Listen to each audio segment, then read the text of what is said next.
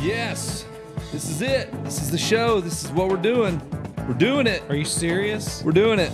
We're doing it. We're doing it. We did it. What y'all do this past I weekend? felt like you did it. I did it. We did it. I went to Nashville. I did 2 mini motos. Yeah, you've Back got the to better back. story. Got some dumb ass people that don't know how to ride some damn dirt bikes. It's shocking, man. It is shocking. So we Who's did. on the mini bikes, first of all? Yeah. So Red Bull Mini Moto. Red Bull Mini Motos. So we'll get into it. We got a little bit of Nashville. We'll talk a little bit about Nashville. May as well. You're the it's been- liaison, It's been cuz. covered. It's been covered by everybody. But and then we'll get into our guest, Damon Huffman. Followed up with. I mean, we had Bob Hanna last week. Two-time Supercross champ, Damon Huffman. Yes, and if you haven't checked that show out with Bob Hanna, you're an idiot. If you hadn't checked out David Bailey, Rick Johnson. We've had people ask today, Yeah. hey, was that Bob Hanna show any good? Because they haven't listened Well, yet. why would you just click play? Spotify. And me and Nick are both like, man, we don't know if it was any good, but it was good Bro, for it's us. gooder than Yeah. hell, son. It's gooder than Nick's hell. like, that thing was awesome. It You was know, awesome. for us. Listen, I sent a clip to BJ Smith from We Went Fast. He goes, I had heard that story, but I never heard it from Bob. That's incredible about him deferring money and how Deferring he's the getting 3 payments. checks at the same time. Could you imagine working your job as hard as he worked it and going, you can pay me in 10 $2,500 a month. Just give me a menial salary. Give me something to live on. And then I'll defer it with 10% interest. But Sure. for 10 years, 10 years, dude. just sit back. It's awesome. Well, It's more brilliant. than doubled. Yeah. Every one of them every month more than doubled because 10%. Yeah. Rule of. Rule of seven or Seven, something. Rule of Yeah. 69. Yep. Yeah. So it's just amazing that Yeah, a young yeah. person could have that much confidence. That 'Cause young. you don't know that you don't need that money in Correct. 2 years. You might 10 years. I got to sit, just wait it 10. out. He may have struggled for 10 years knowing that goal of mine sitting there. You know, what if something happened and he was in a wheelchair and then he had to just Yeah. wait for that 10? Yeah. What if he needed that money for quality of life? And Sure. It's Bob Hanna, man. He's What smart. if you weren't a factory rider anymore and you needed some other way to get hot bitches? I know. You just say, couldn't do look at this. Look, it's coming. Just hang it. out You with see me. my statement? 10 Look at years this from now. statement, babe. It's coming. Babe, it's check growing. out my statement. Statement. Statements aren't as sexy. No, instead of a stack of cash. Or like a Ferrari. We didn't even get into the fact that he had a Ferrari. I would never thought he would have. Eddie Cole bought it for him. Answer. Mm-hmm. And just said here. And it was probably just a lease, a year lease Sure. or 2 years, something. But he drove it for a little while, and got his picture made, at least, because I've seen it. It's like when Jeremy McGrath had the Honda what was it? NSX. NSX, and what's his name? One of our buddies that was down there with. He goes, Jeremy McGrath's in a Ferrari. I remember being at the Orlando Supercross when I saw the first knack, and he Yeah. goes, Jeremy's in a. We were there together. Yeah, a Ferrari. Man, he We drove all the way down. Got out of school, drove all the way down there that night, or drove To Miami. Orlando, Citrus Bowl. Got out and we finally got on the road. It wasn't after school; it was late. Then we got down there, drove straight in, hung around, watched as much as we could in terms of early practice and all that stuff. Stayed up all night and then drove back. Man, it was miserable. We That drove the sounds- square body Chevy down there. Oh, my gosh. 3 deep, Yeah, son. yeah, 3 Yeah, deep. at least but it was in the two-wheel square body. drive. Was it me, so- you, and Killian? Me, you, and Killian in the red and black Chevy, big red. That's a load of meat. That's there. some big. All three of y'all? I was thin sliced. Yes. Them boys were the big. They were the bread Arby's on or each whatever, end. yeah. Yeah. You were the skinny meat. I never got the sandwich. grease off my window where Killian just. It laid up there and fell asleep. Yeah. Yeah, so I did Gosh. these dumb mini motos, which I'm so thankful to do. I'm being silly, but these are it's always somebody different. If it's like the bar industry, they invite all the bar people to come out and ride them. So they set up a racetrack. We did it at Hattie B's, which is this popular The hot chicken. hot chicken. They got Hattie them B's everywhere hot now, chicken, dude. dude. That- Nashville's their home. They're in Texas now. Nashville's They're known for they're it. everywhere. So we did it in their home at their headquarters. They got a test kitchen, the whole deal. And they fed us all, and that was awesome. But laid out a little track in the grass, and man, it's shocking. Like this one guy, there's two. We did one on Friday, and then we went to the Ryman Auditorium, which was walking distance Freaking to history right there. Yeah, walking distance to Titan Stadium. Yep. People were Yeah, walking it's by. kind of across the street and It's a block cool. or two up. It's right? it's one block up Broadway, so we had tons of people coming in and out. And what's his name? Shane Gillis was performing that night. The comedian, Cat. What's his name? The other comedian, Cat Williams. He was there the night before or something like that. And anyway, it was. And that has no bearing on the story. I don't know No, why but I told mean, y'all that, thankfully you got that in. Ooh, yeah, that was really important. So anyway, we laid this course out on the concrete. You got a deal with Shane Gillis and yeah, Kelly yeah, Williams where yeah, they're going to be on the show. Well, no, they were doing their show and they said Kevin Kelly's in town down at the Supercross. Yeah, he did. He sent some folks my way. He had to say something, yes. Yeah, that was the deal. I had to say. Okay, guys, we're going to all mention each other. So stupid. And that'll be our deal. And you all stuck your pinkies out and you were like, We're blood brothers. yeah, you hooked and them. then we kissed. It was weird. I love you. So we do this ride, and these guys, man. This one guy, he's like, he gets on it. I'm like, how do you walk? Like, how do you even move as a human being? Because there's a guy I was standing next to. Just some guy had walked past. He had a factory connection shirt on, so I was like, I looked. This dude will be he and able I to made. ride. He made. Well, no, he wasn't going to ride, but he was just Okay. passing through to go to the Supercross, and made eye contact. And was like, what? See this? Are you seeing this? You need to see this, sir. And he was grabbing the, because I have like metal hand guards on the front, so when you drop these things, you don't bust the throttle Bust the housing, levers, bust whatever, nothing. yeah. So this guy was like trying to grab the front plastic things to drive it, as he was calling it, and he would just put both feet on there and try to just balance. I'm like, Oh, shit, like, what man. are you doing, dude? Is this real? So he's never ridden a bicycle, probably, because No. who wouldn't notice? One No. is easy to hold on to, and one's shaped like a name. And he just couldn't do it. And then this one other chick came with the pointiest. Let's have names. Like Larry from accounting, he grabbed Yes, we'll the call it. freaking hand guards. Sure, he had thin see-through socks. That's how I knew he Yes. was wearing little sporty dress socks. I'm like, this dude has no idea. But he was like, he would go So and that's TST. Thin see-through socks. yeah, TST. TSTS. But he couldn't. He would give it gas, and then he would like try to grab. He was doing this frantically, grabbing the front brake. I said, "Stop touching that front brake, man." I'm saying you're going That's your to worst kill yourself. enemy. I try to tell him like, go 10 feet, put your feet on the pegs. Now, where is this? Your gas here? He thinks the gas pedal's down there. Oh my gosh. Whoa, they man. don't know I'm anything. like, no. I'm like, dude, this is your car. Here, up here, go, and stop. But I said, if you keep doing this, it's going It to ain't keep gonna doing stop that. yet. Like, and they don't, man, they can't get it, and there's curbs everywhere. And man, that was probably the most wipeouts. I thought we were folding forks back under the bikes. They were smashing these damn things. I'm like, Into the curbs. Into the and curbs. the tires on the 50 is Yeah, they the don't same roll height over 'em. as the They just curb. stop. I just can't. And they're not going fast. Like they're just they come around a turn and they've slid too far back, and it's like feet off the ground. They're And they going, start "Oh, looking God." where they don't want to go. And it's happening. They're staring at that curve. They hit and my just- PA speakers, and one of the bystanders grabbed it and stood it back up before it hit the ground. It was just, it was chaos. Was man. anyone Get on the laughing? balls of your feet. Everybody was. Sit up Squeeze the upright, bike with your squeeze the knees. bike, Elbow, like yeah. Unlock your hips. I need to get AJ Catanzaro to come do one of these mini you motos. They would be like, "What is he talking Larry about?" man? from accounting is pissed. Not feeling it, man. And This you is had way too complex. TSTS. ain't Tiffany having from the it. secretary pool just running into. Too much, man. This one girl had Secretary. she had the biggest nipples, and she was a bartender. You could tell she came, and every time she could just do this right here, like look at this, And like just be big nipply. fake boobs. And no bra, just blasting these things. Yeah. triple high beams, like LEDs, like totally illegal. Not you're like you're. KC highlighters. Like, There's too much. Yes. Christine was there like, are you serious? Because Yeah. she was there helping me, and this girl was like, anytime we they are in Nashville. I'm Yeah, trying to so- get tips. anytime there's no tips to be made, you're just riding dirt bikes, dipshit. But anytime a song would come on, she's like, slow down. Like she's that starts stripping, doing it. basically. She's way too into music. And then she, I would have tipped her. yeah, we need but to. then It'd be like- she got so, it was so chilly. Could you tell Nick to quit tipping the Why are you kids? tipping this I don't thing? have room for all this cash. But anyway, so these things are on high beam and they're probably grinding the tips off. Like it's it's a Shrapnel's flying everywhere. And so she Nipple puts a hood, meat. she puts a hoodie on. They were unstoppable. They Even was through coming the hoodie? 2 layers. Wow. They were plowing through these things. That's It was- insane. it was You intense. know it wears the fabric down That's to nothing. dedication. Right I'm there. talking about wearing the nipple down, like Well, just yeah, but the grinding it down. fabric too. I mean, it's Just burning you know a hole what I'm saying? through. It's like I say, you got to want it. Those things want She it. wanted it. They Those want things- it. those She things wanted want it. Yes. She wanted They're it. working hard. They're doing their job. I don't want to no hating. Those are the No, hard- that's tip worthy. those- Nick's gonna listen, tip her. Those are the James Brown nipples. They're the hardest Oh. working nipples in show business. Gonna get some. The hardest working nipples in show business. Yeah, I would. I mean, we need a reference point. Like, You know, let's call Christina and ask her about She it. was like, She's like, "This is too much, man. I mean, who has these? excuse me. No, she wasn't like that. Do you have pencils in getting there? away from the nipples for a second.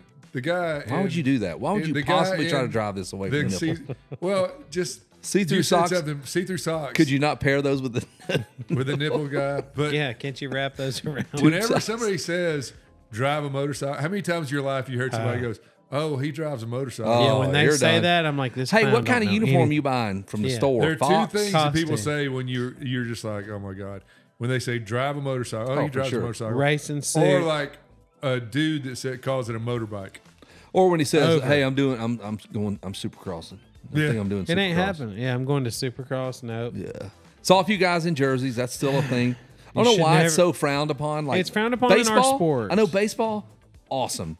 Wear your jersey. I don't know why it is cool as shit to wear your jersey in baseball. They all, Not everybody if you're a wears. baseball player. Yeah, not if you're the player. You can't wear a Acuna jersey if you're. I'm talking about going and spectating. You Yeah, dork. I understand that, but if you're okay, so if you were going to spectate a baseball game, No, I would. Mike you were Trout's a- never going to wear a Acuna jersey. Not cool. But that's but different. you were I'm just a talking about D1. You were a D1 They wear baseball jerseys. player, and you went to the game. You're 100% where they wear jerseys. You think Absolutely. so? Absolutely. Because I've I was seen about them to do it. say we're not just spectators. We're participants. Maybe not on that level, but everybody at a baseball game, they didn't all play baseball. It's just. But everybody- My point is, it's just kind of an accepted thing. It's kind of a. Yeah, it's not. You're not a dork. It it's is cool. accepted and in it other looks sports. a fashion. In it's other fashion. sports. Yes. Basketball jerseys, football, hockey. They all Just do don't it. do it in expensive. moto. But moto, dude, just can't. Man, don't do it. Quad people. Am I a dick? Even I though they think are. quad Even though guys they wear are it. selling them now, like they're doing those Yeah, they've signature started jerseys. doing the signature. Well, maybe jersey, they're yeah. trying to make it a thing. Maybe they They're started. trying. They are. I mean, Well, they are it's trying. got to be a lot of money in baseball, football, Tons. basketball. It's Huge. got to be. They're missing out by not trying to make it. They are cool. now. No, they are. Yeah, Yeah. and I think they're trying to because it's probably $1 billion thing. You know in who they baseball. should reach out to? Starter. Can you imagine if they had a starter motocross jersey? That would probably work. Some real wide shorts that come with it Yeah, that and are some too long. Timberlands. Yeah. and some And some Timberlands. Timberlands. Starter jersey or And a couple of thick gold chains or Dog, silver. it's on then. It's it on. could be a silver chain. It's on then.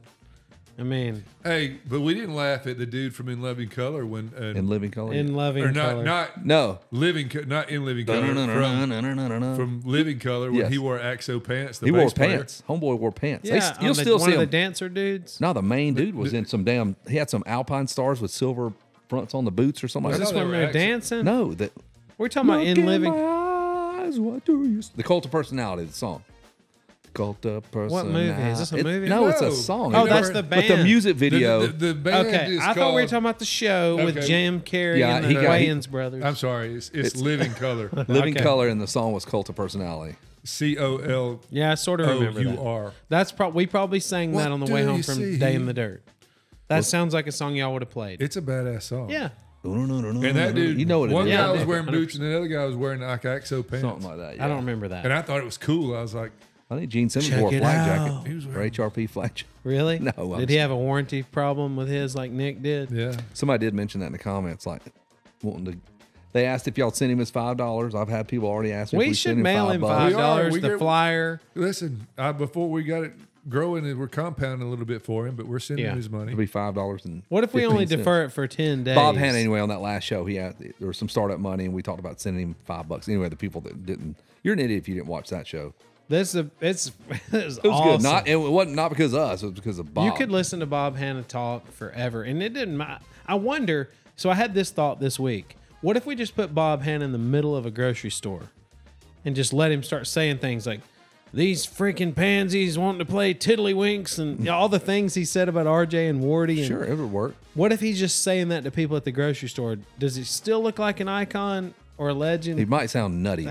They probably Just crazy. son, as that. Who's he- this old guy? Call They're him, probably- please. This guy's nuts. 5150 him and take him out. Yeah, 5150, man. It's I don't know, but You he's just took my hero. he would just talk about RJ or Wardy and wanting to play tiddlywinks and what are these guys, clowns? You know, Call I'm him here to win the morons or race. something. I'm like, what? And he's talking about DeCoster didn't like him either because he wouldn't be a team player. It'd be different if he didn't deliver on what he like. The dude always seemed to deliver on what he was. Well, didn't Promising. him and DeCoster though had a pretty contentious relationship when they were both racing? At Unadilla, there's this epic battle that they just smashed each other to bits the whole moto. But DeCoster's a little older. Hanna had to have looked up to him a For little. sure. And Or he was at this least known unbeatable, who he was. unmovable Yeah. object. He was that probably looked up to him until he raced him, and then he's like, goes, oh, I can beat I got to this beat guy. this F dude. him. Yeah. And it was the end I of also Roger. heard a and the- story one time of like DeCoster got the starting gate that he wanted, Did you ever hear that? And Hannah pulled out in front of the starting gate, wouldn't let him start the race. Oh, for Never real? heard that. Yeah. I haven't heard that. He's like, Well, one guy will support this. Remember Pastrana? He's like, man, they called you Bigfoot, and nobody believed it. Then one guy said, yes, he did do They that. did call him And Nick will that. get the one dude. And that- all of a sudden, it starts rolling. Yep. Yep. That's exactly I'll how write it a is. movie around that whole thing before it's over. Bigfoot. That's the way to do it. So, man, what about Nashville? Like, so many guys just crashing out. I know Sexton is back in for What this did weekend. you do up there? We were blaming it on Dude. you. It's yes, Nick. It's I didn't Kevin's even fault. think about how Yes. this could all be Fucking Kevin's fault. KD80 and you hurt everybody in the damn. I was paddock. sitting right You're next to hurting Mitch. professional racing. Mitch Payton. I was like, Kyle, you serious? Yeah, well, not right, but he was literally in my peripheral, 20 feet from us. I'm like, he is not having a good night Dude, tonight. when you have both your Your red riders plate leading guys. the points, Dead hit last each and dead other last. and go down, What the? and then get 21st and 22nd. One of them's in a hospital or whatever happened. Terrible, man. Dang. Yeah, there was the most carnage all year, right? I Was mean, there something up with the dirt? What was Garrett going on? Marchbanks had to be Couldn't see on carried TV. off. I couldn't tell on TV anything crazy. Let's list it: Garrett Marchbanks, Chase Sexton, Levi Kitchen, Roxon. Cameron McAdoo, Ken Roxon. That That's we- 5 major players That we know of. I mean, Yeah. that's 5 major Yeah, that's the guys. 5 major guys. There other people had things. Much to, not to mention, see-through socks guy probably got hurt. He probably didn't make it there. And super nipple, Nipple girl burned it through the shirt, so she wasn't allowed in. Dude, those things ever get shut in a car door or something? Like, just, God, the pinch. Dang. Could you imagine the pinch? Well, you know how you want to peel off the nipples on the tire, when you get a new tire? Yeah, I got this People new just walk tire by and you're trying just to over there peel them twisting things it off. like till Shit. it comes off. She's out there, everybody Hey. trying to peel them off at the race. Really, Like, stop. it jacks your car doors. Nothing hurt that nipple. Oh, Nipple's it hurts don't, the door. Don't shut that stupid car door on me. Yeah, Ow. you'll hurt your door. You did him a car, man. I ain't got no nipple insurance. What are you doing? You have to get the PDR guy to come, the paintless dent guy The to come paint- get out some. It would be more like the nipple. It'd be like the NDR, What happened? To your, nipple dent removal. It's like We hell, spent Dad. 10 minutes on Call nipples. your Well, insurance. you brought it up, man. We can't help it. your We're- insurance would be like, Same guy does hail damage? what is this? Hail Yeah. damage? No. No, it's nipples. That's nipple damage. One big, huge I got piece of hail. caught. I got caught in a nipple storm. What if? That's the next thing because they quit paying for hail damage like they should on the insurance company. So Yeah. this was is an next. unexplored. Stay out of option. Nashville, dude. It's wild up there. What did y'all get to go to the town at all? That's No. one crowded mofo. Yeah, dude. We no, not really. I did meet Wygant and his buddy from Mitch from Racerex for dinner, but we went on the Kendra. other. Yeah, we went on the other side of Nashville, the east side, whatever. So we didn't have to get Early into that bird nonsense. special. Yes, pretty much. No, we did eat later on in the evening, but it was just it's too crowded. It's man. too crowded. You Unless can't you're even walking. walk. I mean, if you're walking, it's doable, but they had the road closed off. I think Monster was doing some sort of Did something. Wygant get you? I mean, it was an early bird special. He like, No, heck no. I'm going to the bathroom when the check's coming. Oh, yeah, yeah. Sorry. he's- Oh, I left my My wallet. dad's gonna pay. Yeah, He's back at cool. the table, and Kevin's like, Sweet. "I'm like the same age as you, man." You always get water, and then you got 9 beers tonight because you knew you weren't going to pay. Sure. Oh, I just had a salad and water. Yeah, sure. No, Salad and so we water. we did skirted around the city, but we will for later on when we do that Red Bull the TKO deal. That's when we all have to be in on that one. That's in the fall where they shut down Broadway, and it's like straight rhythm Yeah. down Broadway. They shut the road down. And They it's take off amazing. from a second story of Yeah. a bar or something. Yeah, it's in conjunction with TKO, which is Tennessee Knockout, which is that crazy race they hard do at the enduro. Trials Center. Yeah, Trials Training Center. Yep, it's amazing. But it's a prologue, which I guess it's in conjunction. It sets you up for that racer. Yeah. I think, of course, I don't think I want to ride that pro course, but like I wouldn't mind the amateur part of the hard enduro, except for when you see those guys doing hard enduro and everybody takes off, and then there's 70 dudes bottlenecked up for 35 minutes. Look at that. Hey there. What's going to happen? What have you fed us? Oh, We like our pretty girl drinks. We do. Thank Delivered by a pretty girl. beautiful. We don't have a silly straw. I know. Okay, what is this? The whole internet just got to see you from behind. You don't even know that. In 4K. Yeah, in 4K, Mandy. You could have went right through there. There's all these times. Nobody you can- watches or listens, so don't worry about it. Yeah. Yep. Just the All we two have of is us. Dave and his German Shepherd logged in tonight, That's right. And his daughter. and his daughter. Yeah. So, Thank you. Thank you. where were you headed with that? What? You were saying I would ride the amateur portion. of Except, and I probably still would because it doesn't really, you'd have to just say you don't have to worry about placing. But like everyone I've seen, they take off and then they get to one of the hard sections. And you sit there for 30 minutes. And you sit there literally for 30 bogged minutes. down waiting. Just like people are just off their bike sitting. Cool, just checking their Facebook. And then by You the could time pick you up your got Beta to it, 200 and walk through the crowd, Yeah, though. just Scott Summers it through there. I throw that thing up on my back like I did that mountain bike. and Hey, walk if up. somebody could get the amateur section of a hard enduro done, it's at least Nick Blackman. I Dude think can so. ride I in the think so. woods. The harder, the rougher, the nastier. He doesn't Yes. even care. Stuff that Yep. will hang you up. He's so tall and strong. Muscle through it. And he'll just muscle through, and the bike doesn't even look like it struggled. Meanwhile, everybody else is stuck on the hill. Yeah. That's today I'm talking about. Yep. Right. Today. Today. And Y'all went riding today. Yes, and Nick blasted by the tree where your collarbone You didn't met stop, its demise. I couldn't. He was going so fast. I would lose it. I knew I would lose it if I stopped there right there. It was too painful. I was crying in my helmet. Could you imagine if he just pulled over and was like, It's like a crying? Creed video. No, I just Down on my knees. He's rolling around on the ground. Just, Why are you hurt too, Why are you Nick? wearing a white T-shirt and is it raining and it's nighttime? What happened? What happened No, a they're minute like ago? Elias and Platoon at the end. I looked at that tree though. There is a section of bark missing. That's son not of a much gun. of it. It's just a circle. He stopped and engraved your initials in. We were talking about what if we brought flowers out there and put a a little- sign that says Kevin's collarbone. Dude, please do. Like, put a little something there. Like, Yeah. put a little. We talked about it That'd be today. I was like, awesome. man, you know how I'll- funny it'd be to have a picture of this? That would It be needs to awesome. be there because that's where my career ended. Put one of those crosses that No, lights that's where your up. career was interrupted.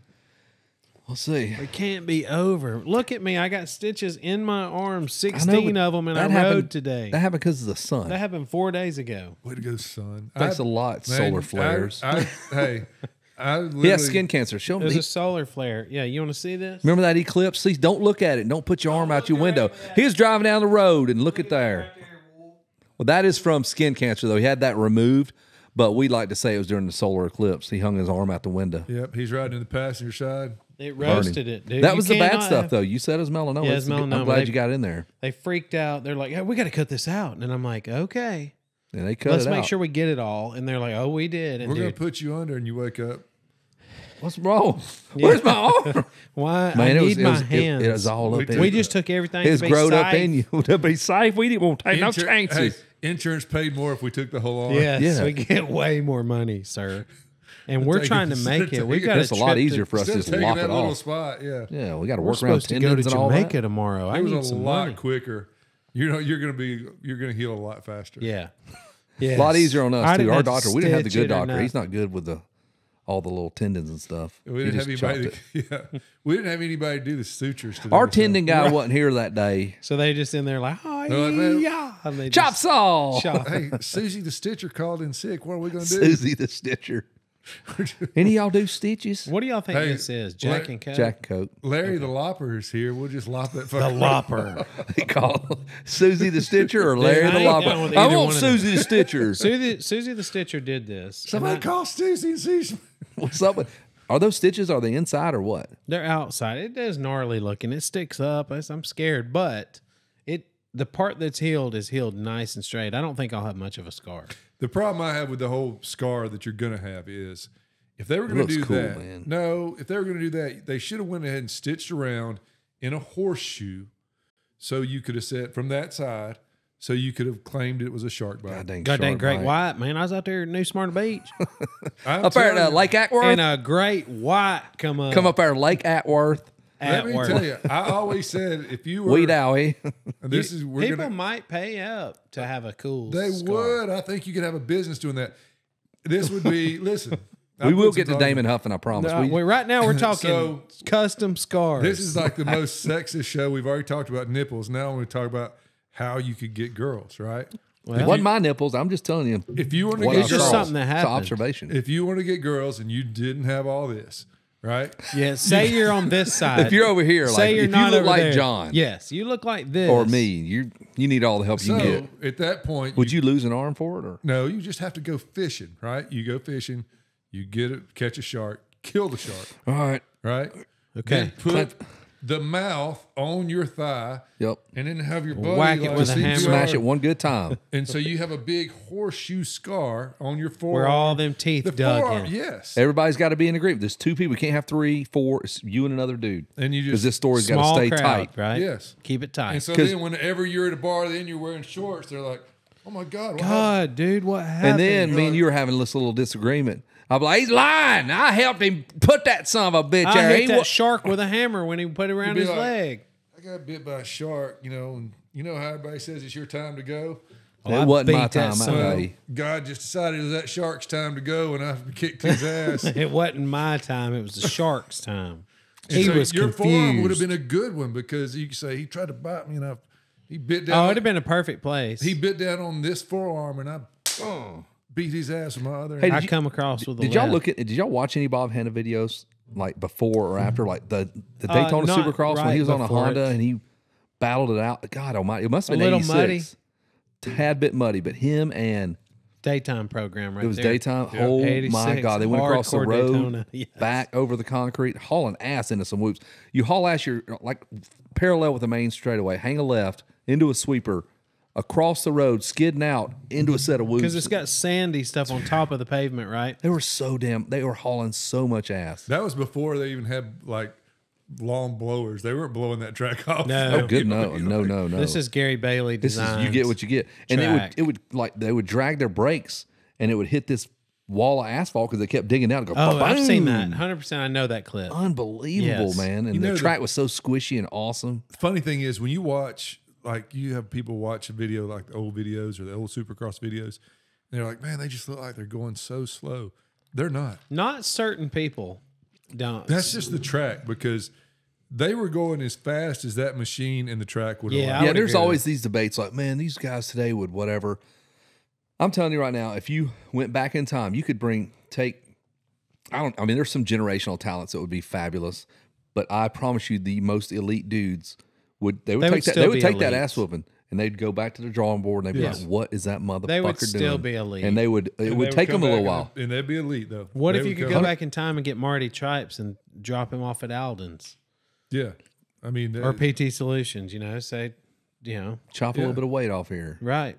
Because they always say he's the most naturally talented rider of the early mid-70s. He was in that race that I'm thinking about. Well, Tripes would just decide he was going to win, and he like won. 80. the 83, elite guys I think. would go elite because I think about this because think about when we were riding in the 80s. If they look slow, what were we looking? You know what I mean? There's no Awful. telling. And you dude. felt like you were going as fast Awful. as you could possibly go. Yeah, Dude, I we remember. were taking pictures and we'd have to go get them developed at Fox Photo up with there your 110 on Thornton Road. Instamatic. Yep. We take it over there and drop it off. About 6 days later, you go pick them 35 millimeter photos up. Oh, And that's not a man, 110. That's 35 millimeter. right. And I thought, son, there ain't no way you got more sidewards than I just was. Ken and Kyle were taking pictures of me, and I'm like, because I Man, knew, I got if this I've thing said this story whipped, already, dude. but I was like, there ain't No, no. it's whipped. And dude, I got that picture. I was like, that's awful. It's like, here's this, and then there's that. I thought it was this, Yeah. but I was like, Yeah, you were like, you know how the airplane Yeah, I seat goes know. back a little bit? That's about how far I I was. sent you You're a picture whipped. one time out. of the dumbest like cross up. I got it. I think I posted it before. He's just dry humping that bike. I'm hanging off the back. I got the handlebars. Yes, and he's got his knees all coming way out here, dude. Yeah. But you swear to God, Oh, this thing is, I'm upside down. That had to man. be You the- can't whip it no harder. No, now. yeah, sir. that was at Thunder Creek, baby. High Falls. High Falls. Went there one time. I think I might have went with you. I've only been there one time. That was the Talking Rock, skinniest track in Georgia. light power lines draping down. You about to get KO'd by them. Yes. Dude, at our track was not much better until the very end. I mean, our track was like it was like you've talked about before. Like my dad did what he could with what he had. Yeah. Like we didn't finance nothing. We had what we had, and if we need more lights, we're just gonna have to make some more money Yeah. to buy more lights. Find I a was way. in charge of the tabletop generator, the far side of the racetrack tank. Which I bet nobody knew that was on a generator. There was 500-watt halogen lights duct taped and drilled into the tree with an extension cord down and over to the center of the track, over this from the trees over the top of the tabletop to my generator and gas can. And I'd see that thing start surging during the race and go, Yeah. the lights are God. I'm flagging, starts hauling. and I have to go pop that top and try to not whatever. And Try to pour your gas into a burning hot generator. That's Jeez. cool. Safe. that was awesome. In the dark, mind you. Dude, yeah, in the 14 dark. in charge of And that. if the lights went out, I don't Oh, ever we- remember them going out. Oh, ours did all they? the damn time. I don't ever remember. It'd be like, "Rrrr," Oh, God. and I'm talking about big jumps, Silence. dude. Did Floating people in the just air. disappear Yeah, and pitch never black. come back? Pitch black, never showed back up They'd again. land in the 1800s or Like a- something. Yes, in a different time. Be mute a triangle. They're gone. We lost them. Yeah, all of a sudden they're in what? a barn Like Bill somewhere. and Ted. Like, They're Back in to a the wagon Future. repair shop. What the hell? Marty? Yeah, that was a weird you're right. time. I am man. going to be mayor of this town. 1.21 Goldie. gigawatts. Yep. Man, that was a wild time to like janky fence and just janky lighting, putting lights up in a what you call it, a circuit breaker that was not equipped to handle all that stuff. Yeah. It'd get hot. We'd have to put a fan down there blowing on it. Trying to cool the Did we circuit. talk about this on the show, or was it we were somewhere else about high falls that had an open class? And when it was run what you brung. Like you would line up on the gate, 80s, 60s, Hell yeah, 125s, 500s, three wheelers, four wheelers. Come on, man. I swear to God, I That's used to have so a dangerous, man. picture of coming off the start with a bunch of three wheelers and shit. Donnie Banks in there. Rubber band start. Yep. I did one of those at Hillbilly Hills. That's the only time I ever did a rubber band start. You ever do Wow. one? KOA. At Yeah, the KOA, KOA. had a rubber band. I've done them in vintage races. Hey, this is Barber ju- I- Motorsports had it. I jumped it at KOA and it hit me in the helmet. Dude, I know people that just be bruised all to pieces. From Yo, that I'm going to thing. say this is, and I'm just going to claim it. This is our 1 year anniversary show. 28th is when was the 1 year anniversary. But this is the closest we could come We to ain't- hitting that. Yes, sir. Congratulations, So man. maybe next week. Congratulations, 27th. Well done. Nicholas. Y'all did a good job. You too. I mean, y'all made it. We got Dave and his German Shepherd. Yep. Yep. And we got to say hello to our friend that wants to invite you guys. Yeah, cheers, man. Oh, cheers. Cheers to us. You got to boys. look each other in Cheers. the eyes when you cheers. Cheers, by God.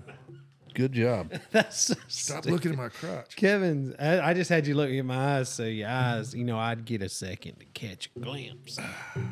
But you're the guy that wants to invite you guys out to the Colorado 500. Yes. Cliff, is that his name? Yes. Cliff Booth? No. Brahmata Life or something like that is his. Yeah.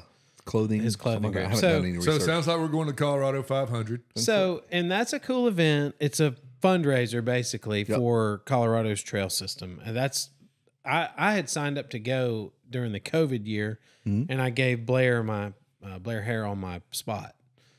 And this event throws at me because I always like to go out west. It always throws a little bit of a wrench because I can't just be gone for weeks on end. I don't want to be away from my family that long. So, They don't care. but I do want to ride in South Dakota this year. We already mapped out a 950-mile loop. Nice little easy 950 miles. That's the warm up. That's the weekend. that there's a warm That'll up. get you. By the time you're done with that, your bike's warmed up and cleaned out.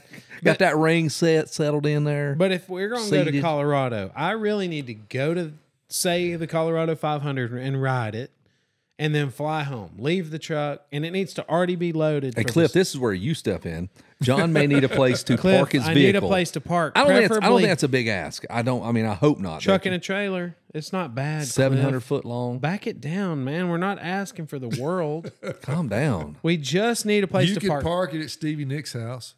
I can. She lives in Telluride. We're Stevie, full her circle. last We've already name's not come all the way Nix. back around from these stories almost, like where you've done your Yeah, West that's where Coast ride last year and we Stevie stayed Nicks. at Stevie's apartment. Yeah. Because all the That's the hotels were craziest- sold out. Some But of your stories she would are let me nuts. park there for sure at her house. She But charged then I you. need a ride to the airport. Would her house be safe? You want to? I mean, You can I think Uber- it's, hey, dude, look, everything's safe. You out can west. Uber. You can do whatever if it's not too crazy. So Unless you let's get in a don't put it all on gunfight. Cliff. Unless you get what? unless you get a gunfight at the OK Corral. Is that in Colorado? You think we're going to do that? You said everything's safe out. Safe I out feel west. like there's just, people are good. do you people guys out bring there. guns with you when you go out? Yeah. I was about to say, I hope so. It's mostly like I feel the weird thought of just- a bear. Yes. Well, and the road and road each trip other. there. They get to drink and sometimes they shoot at each other. Oh, yeah. I don't remember who that dude is over there, but I'm gonna kill his ass. If I catch you tomorrow, son, I'll shoot you. I'll kill your ass. Stay out of my sleeping bag. Queer. But yeah, What? if we did it, I will need a place to park, Cliff. I feel like I would fly home, stay with the family for a week that don't want to see me, They Yeah, don't care if you're I'm doing gone. all this to see your family who could give a shit. But that'd be hard to be gone You 2 start a weeks. new family in Colorado. Yeah, Man, that's with a you and good Stevie idea. Nicks. I've Yeah, heard me, lots of Stevie. people on the news that have two families. Like It seems to work. They always end in good stories, right? Are they secret? Like they both know Yeah. about each other? No, Or they're secret till they get caught, and then it's, there's a big. So old I would start out They do a being movie secret. about it. If You'll be I on knew about it, HBO. it's already gone south. Yes, That's he the saw beginning it on of the unravel. Lifetime channels. Yeah, where he when saw it goes bad, I think it goes pretty bad. Yes. So, but yours won't be like that. I I have a No, swear. yours- secret swear to be double fine. life. With the internet now, you No, never as get much caught. money as you have, you can hush them up. You know, there She's was a gonna get a just guy, be salary. paying Just keep off slinging people. money at him. there dude. was a guy, and I'm not going to say his name because I can't really remember it, or I could if I had tried. But a he'd have to guy kill us. that was on an MTV show. He was a football coach. They had like a reality show about some crazy high school football in Alabama. Yep. And after the show came out, yada yada yada, they found out he had a whole nother family. How do you do that, Dude, one is hard. Dude, I can't do one barely family's one. hard. I'm terrible at one. Yes. I'm the worst dad. I- worst- yeah, Yes, we're I've already terrible. blown I'm up not a one of good them already. husband I'm or on dad. marriage number 2. Imagine screwing up more people. Yes. I hate you. Everybody hates you. Literally, everybody hates you. Hey, fun, dumb thing that happened in Nashville out of nowhere. There's a guy, and I don't want to say his name, but he was a few seats down from us. And I was like, hey, man, what's up? We said hi when he walks past. And his girlfriend was like, hey. And I was like, all right, she's in the She's zone. had a few. She's had a bunch of wine or something. Anyways, we're leaving. Wine coolers. She just stared. As she's walking past Kyle, my brother, she goes, how are your boobs? Just out of no, he doesn't She know was her. the nipple girl. I know, but it's funny. It's full circle back to boobs. She pointed at his. She goes, your boobs. Like he's like, what? Like, he has no idea who it is. Had a few too many. A lot too And many. she just pointed at Kyle's boobs. Yes, that was it. And the dude comes by, and goes, I don't know, man. That was all. That was it. Man, It just I don't ended. know. And we all looked at each other. We're like, what was? If you're a big fat man, I'm a titty fan. You know what I'm saying? I mean, maybe that's what happened. Is that a shirt? No, it's a Rodney Carrington line. Oh, What so? just out of nowhere. And Kyle's wife was like, why are you talking about that girl about boobs? That's probably what she thought. I'm I not- see how it is. Oh, Really, and I'm sitting here by was Kyle. busted. What's Kyle doing this? Yeah, he was for? bouncing his titties. Kyle was He was not flexing. doing anything. He and I were talking. She goes, boobs. And she- Which that is my favorite word. I just want it delivered. that's about the only word you can say when you're drunk. That's Everything a else is boobs. It sounds like throwing up. I would True. have taken that as You know an what I opportunity. mean? Bleh. I would have been like, sure. And then when she got mad, Right. I'd be Don't like, get mad. You say hey, you're doing that my boobs. I misunderstood. You thought you said Squeeze them. Squeeze I them. thought I you did said not. check them out. Run a squeeze and bounce test. Nick used to be the official boobs inspector, yes. where you had to run the squeeze had and the bounce FBI test. shirt. Did you get it at Panama City? Remember that? Federal boobs inspector. That's Yes. right. Yeah. Who actually bought those? Run a squeeze and bounce test. I don't know. I Or would whoever buy it bought now. the one with the 2 boobs on the top. You ever, who paid money for those? I mean, they made them and they were always in. They were everywhere. They're always But in the I background never of some saw them. photo. I never saw them on people's heads though. They were always in surf style. Yes. They're an Yes. You had the FBI shirt, Surf federal style. boob investigator, and then you had the actual boobs on a pink hat. Dude, Like, and you think I about would buy all one of those shirts boobs. now. We need an inspector, I think you could pull it off. Nick. investigator, inspector, Yeah. whatever it is. We need Just that. doing a job, man. I'm just trying to do my There's job. doing a a job. nation. I need a however many shirt. people there are, like It female. needs to be inspected. There's double that. Of Oh, boobs. so you're saying there's so many that's boobs we why can't they even keep need up them. with them? Yes, you got to really. We need to hire more people. If I get a shirt, I need a badge Cliff's too. totally like, I'm not inviting these guys out. Cliff, don't I let know, we this. probably just ruined This is it a with no this. judgment zone, Cliff. But they did do off road. A lot of people like the fact that you guys do off road. You know, moto, the whole deal. So and I used to shy away from off road. When I did it as a kid. I was Then it brought was up doing it. That's all I ever did. Moto only for like 20 something Dude, I used to get up years. in the morning and go just miles with my dad with the staple gun, and I'd be wearing one of them Home Depot aprons with staples and my little arrows, my Hi, high point I'm apron. Kevin. No, we didn't have the full apron. It was the I know what you're talking about. with You wore a staples. shorty apron? the shorty dog. And you'd be laying out trail. Yeah, a pair of Daisy Dukes and a shorty Yeah. apron. Turning up. Yeah, that's come around the really corner. sweet. Like, So Chances are you really were wearing Daisy Dukes. and I probably was riding a gay 80 at that time too. So God. everything's coming together. the whole thing. Dad, the staples are hard to push. Ah! it's Like, so hot out here. I'm gonna just take this shirt This off. place sucks. Yeah. So I tried not to ride moto. Then when I had kids, I'm like, I got to quit racing motocross, man. I do not need to be doing this. So I'll race a year of enduro. Well, that's way more dangerous than motocross ever thought about being. I concur. But I never had anything major happen to me, knock on wood. But like, as you get older, I just want to have fun. Yeah. So if it's moto, great. If it's the hardest part with moto is I used to Your be intensity, okay, you can't. It's impossible to and back you your have intensity to down. stop that because just because you used to be pretty good does not mean you still need to go that speed. And in off road, I only did it for a year, like true enduro. Off road, you competition. can kind of just get into a flow and just kind of do Well, it. and Nick goes fast in there, so whatever his speed is, he goes first, and I'll just follow him, and so it works out good because I don't have to try to be anything. I'm just riding Right and on. telling stories Don't when we let him stop. joke. He's fast in the woods. I'm sure he is. I'm on the wrong motorcycle too.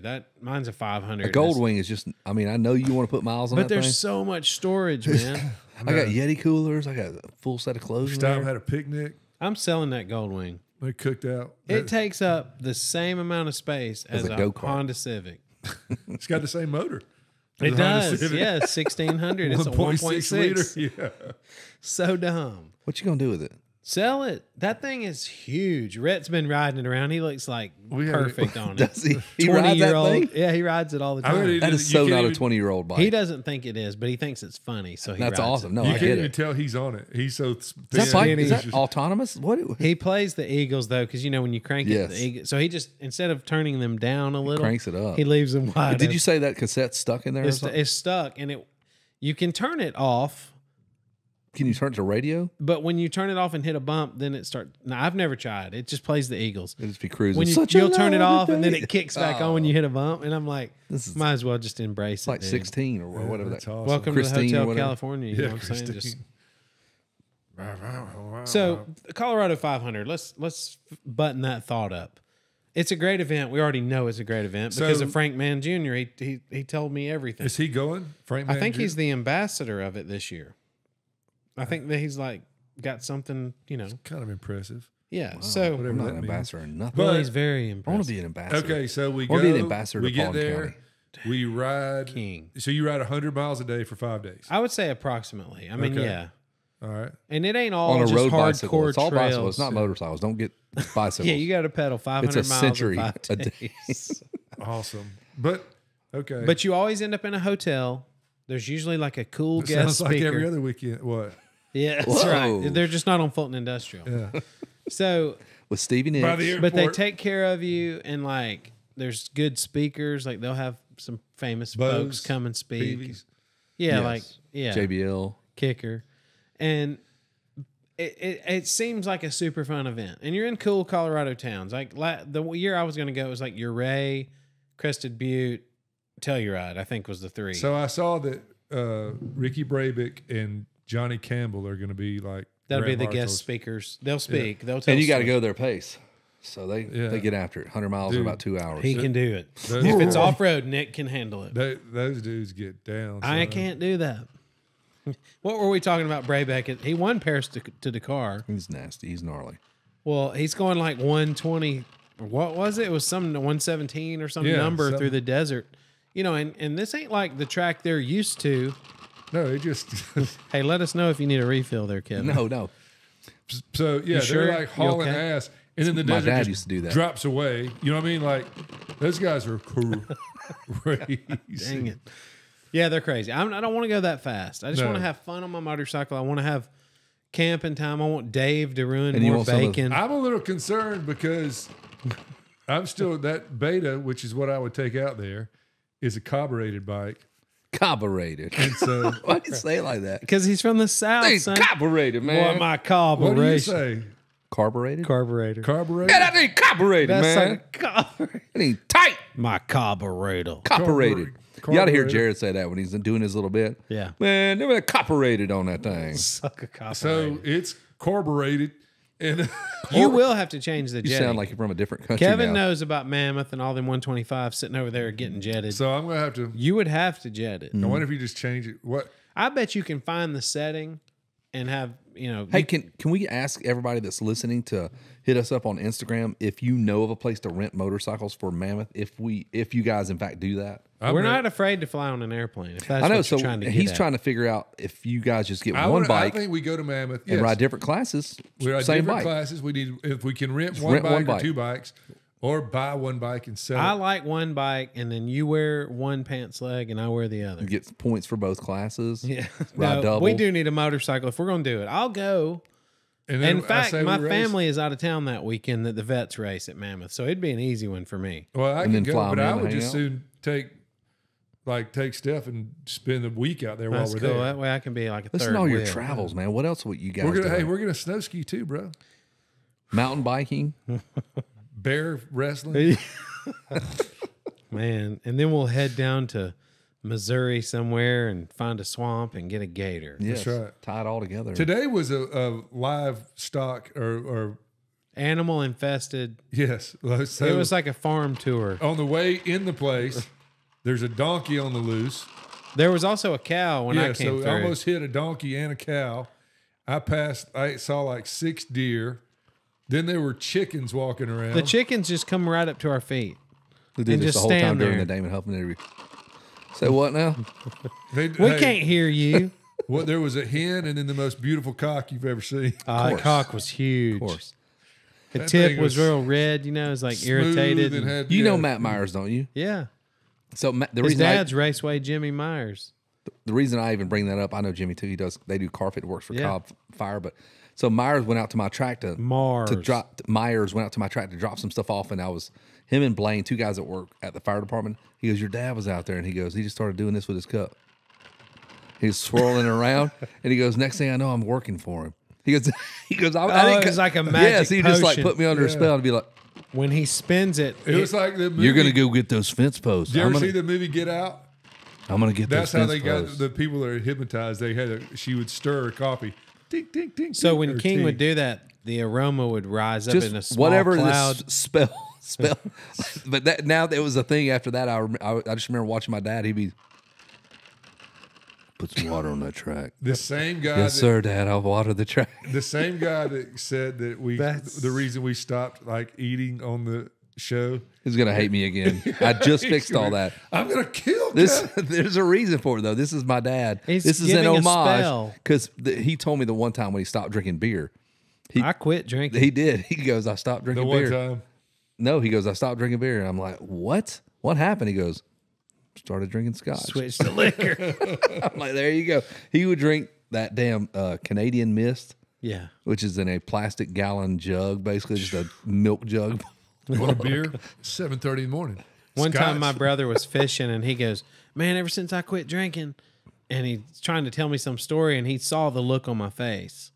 You couldn't even see his feet in the bottom of the bass boat because all the beer cans. He looked down at his feet and he goes, "Liquor.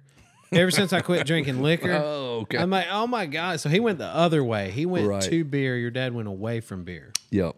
Yeah. Went to a Beer before liquor, never sicker. Canadian Mist. I always hear the one that's Mr. fear. Boston's. Yeah, something Mr. like Boston. that. That's what my dad drank. Freaking, I think that's some cheesy stuff. It's like dude. it's about $6 for Is 3 gallons. is Comes with a water hose to, Yeah, just to drink it out Is of. they ain't Mr. trying to be fancy. There's no sticker on it. It says liquor or just says scotch on the front of it. I remember the first time, like, you know how you would just, whatever liquor you get when you're a teenager, you know, so we'd probably had whiskey and rum or whatever. And somebody Kool-Aid. scored a bottle of gin, and I was like, oh, yeah, I took a drink. Taking a drink of cheap gin when you're 15 was like getting kicked in the Gnarly, nuts. dude. I was like, oh. I think the first vodka I ever had was we got off to Gatorback. It was me, Kyle, and Ken, and I just remember at some point like a well in that bed going, just spitting stuff up in the air, and I was just, I don't care what You I'm didn't doing. care. You No. were just whatever. I was having screwdrivers, and they were just blasting in the air. It was so dumb. Enough orange juice to Nothing's cover up the taste changed. of See, I liquor. never did any of that. I never drank as a kid. I was always worried about racing. I was like 19. Well, the first 19 time or I so. tasted alcohol, I was 35 years old, and I was at a funeral. My great uncle, who was a NASCAR racer named Jack Smith, look him up. He's the first person to win at Bristol. So he dies, and we go to his funeral, and afterwards, my family's all at the hotel and they're drinking, and I'm like, man, give me one of those Mike's Hard Lemonades. I'm about And to so do it. I'm going in. All when in. I got it, I took a little sip, and I noticed my sister stood up and left the room real quick. It's like, what the hell? And then a few minutes later, my phone rings, and it's my mom. And my Oh, mom's like, can you God. come to my room? Not now. And I come in there, and she goes, This is an intervention already. So, First sip, Sandy said you were down there drinking. And I'm 35 years old. ma'am.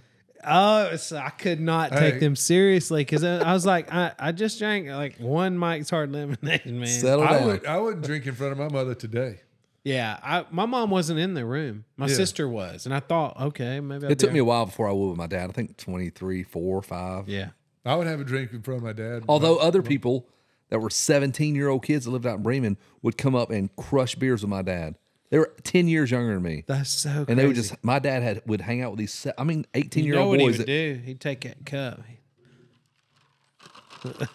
How did y'all? She didn't give me much ice. I know my ice is gone too. We look like idiots. That's why we can't cast a spell.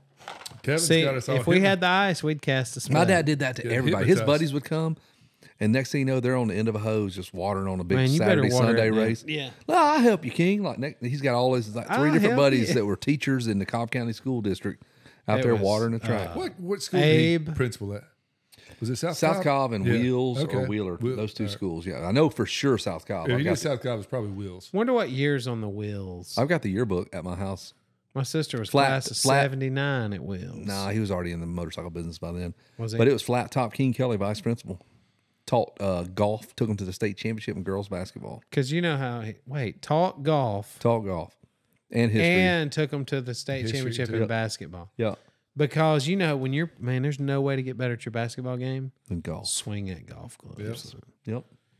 True story. Remember when you had that deep sexual voice last week, and you go, Jared, you want me to just take a little off the top? So stupid. I can't even say it. I start laughing. Do it. I used to work over at Scandals. The reason I asked what that guy's name was is we had a guy, Mableton. There was a guy who was a Scandals. hairdresser named Mike, and everybody just You want sweet tea or you want everybody went to get their hair cut. And it was just like, hey, man, you going to see Gay Mike to get your hair cut? Gay Mike. That's what Gay everybody Mike's called him. shop, like That's what they would call salon. him. He was all, he was cool with it, but Gay Mike's salon. Number dude. 2, fade up to he was like the number 3 or hairdresser something. to the stars of Mableton. Is that Coke or Diet Coke? Could you imagine him answering? There was the a guy phone? that was at Is there Coke? is that Coke or Diet Coke? I'll fill it up. Like they just make that thing all right. Stop, man! You're killing me, dude. This Scandals Pizza, where our pizza's scandalous. I gotta quit. people get off the phone. They're like, "Man, I swear, I'm starting to think that dude looks really good." Why am I so Scandals attracted? Pizza. This is Richard. Of course, his name's Richard. We need 2. We need 2 Peps. 2 Peps, heavy cheese, boys. I do like the idea of having a formal motocross race where you have to race in a suit, Yes. and the announcer talks like that. That's dude. So my plan, I've told them about it, and and I didn't come up with this, but So we got to have to find this. We got to find a place. we have to find a We're gonna place. promote And we also It's got to gotta be go to a grass. thrift store and buy all the suits because people will show up without them, and Nope, you're not eligible to doing it. race. I'm telling you, we'll make it known you're not doing this. Could we make this the final winners take y'all XR200 You need a year. race? You need time because like Red Bull It'll already be in the fall. already talked to Red Bull. They're down with this. Like they are into this race. It's called 3-piece suit motocross. God, Everybody has to wear a the suit. crazy. What Period. if we just if we I do a riders meet behind a desk. Like you're no, I would everything's want you suits to and have tie. like a nice if we tabletop. knew a guy, I mean, with a- briefcases, like the whole business Yes, thing. that's what I'm thinking. if we just knew somebody that had some land with a 100 motocross and track it's about to get another 100 acres. with a lake. No, I wouldn't even put it on John. You need, There's nowhere to park. I know, no, is the you need- problem. yeah, Yeah, well, we can make a place, We'll right? just helicopter everybody in. Yeah, we'll do You that. we need about 70 acres of rolling pasture. Like, did you ever do Dude, Running Perry- Brand? Yeah, I did Running Brand. Running Brand was epic. That thing was huge. It was like 10-minute lap times. You remember Bitchin'. that? All you, grass, baby. you could all not grass. remember what was coming. You know who's good at that is Ross Johnston. Remember that dude? 100%. He was there. He He was there. could roll Kyle was those there. turns. He Me, never let Brian, Iser, Matt Crutchfield. Like, we all raced it. It was so damn fun. He got bibs, like British So where bibs. can we do it? We just got to find. There's a somewhere? trophy right behind you. Is that from those Running checkered Brand? I got flags. pictures from Running Brand too. Running Brand. So we want to do an all grass motocross track once a year, all grass motocross race, but it's 3-piece suit motocross.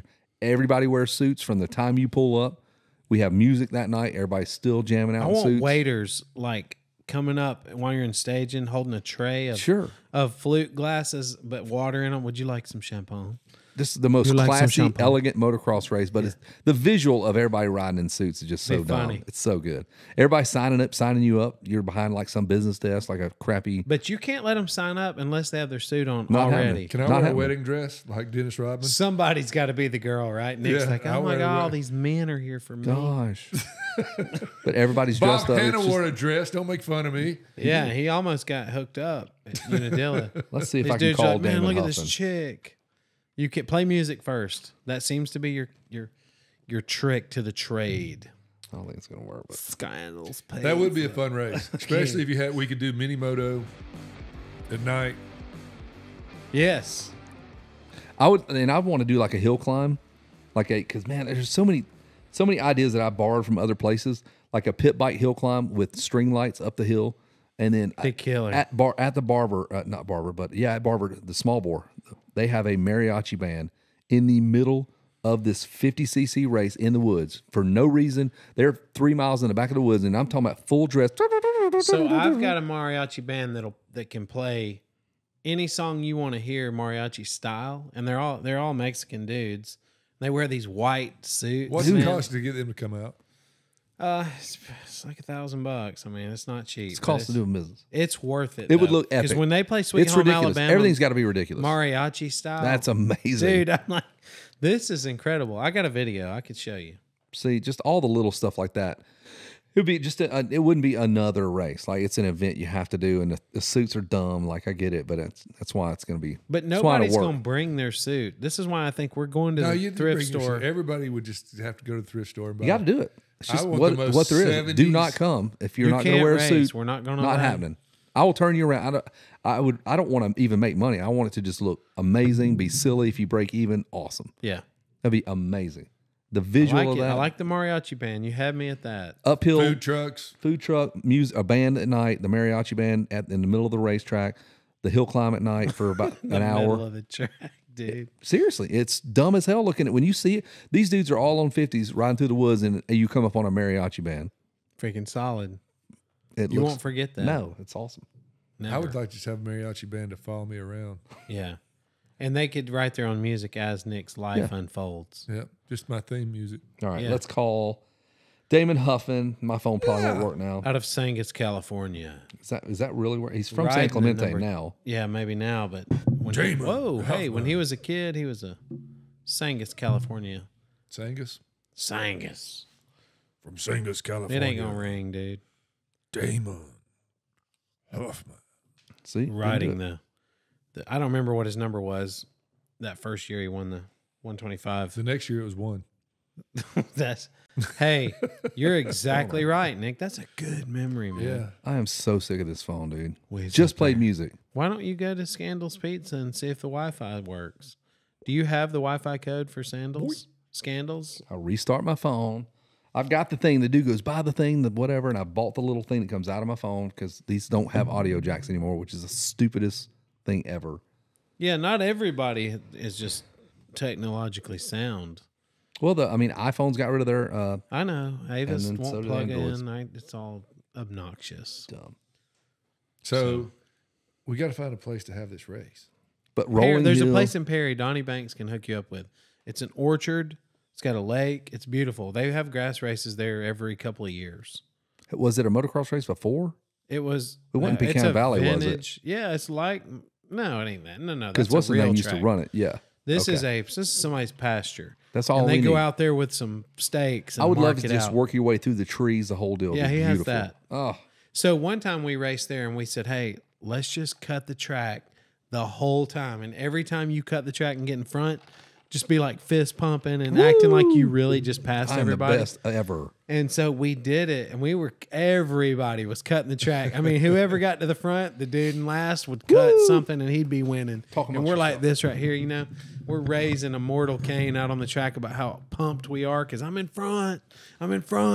Well, when we came across the finish line, it pissed the promoter off. I mean, he was so angry. And we're down there rolling around in the grass laughing after the race is over. We didn't care, and he was ready to kill us. But he got cracked up because he saw how hard we were laughing. He yelled at us, Yeah. and we kept laughing, and it changed him. And then he was laughing.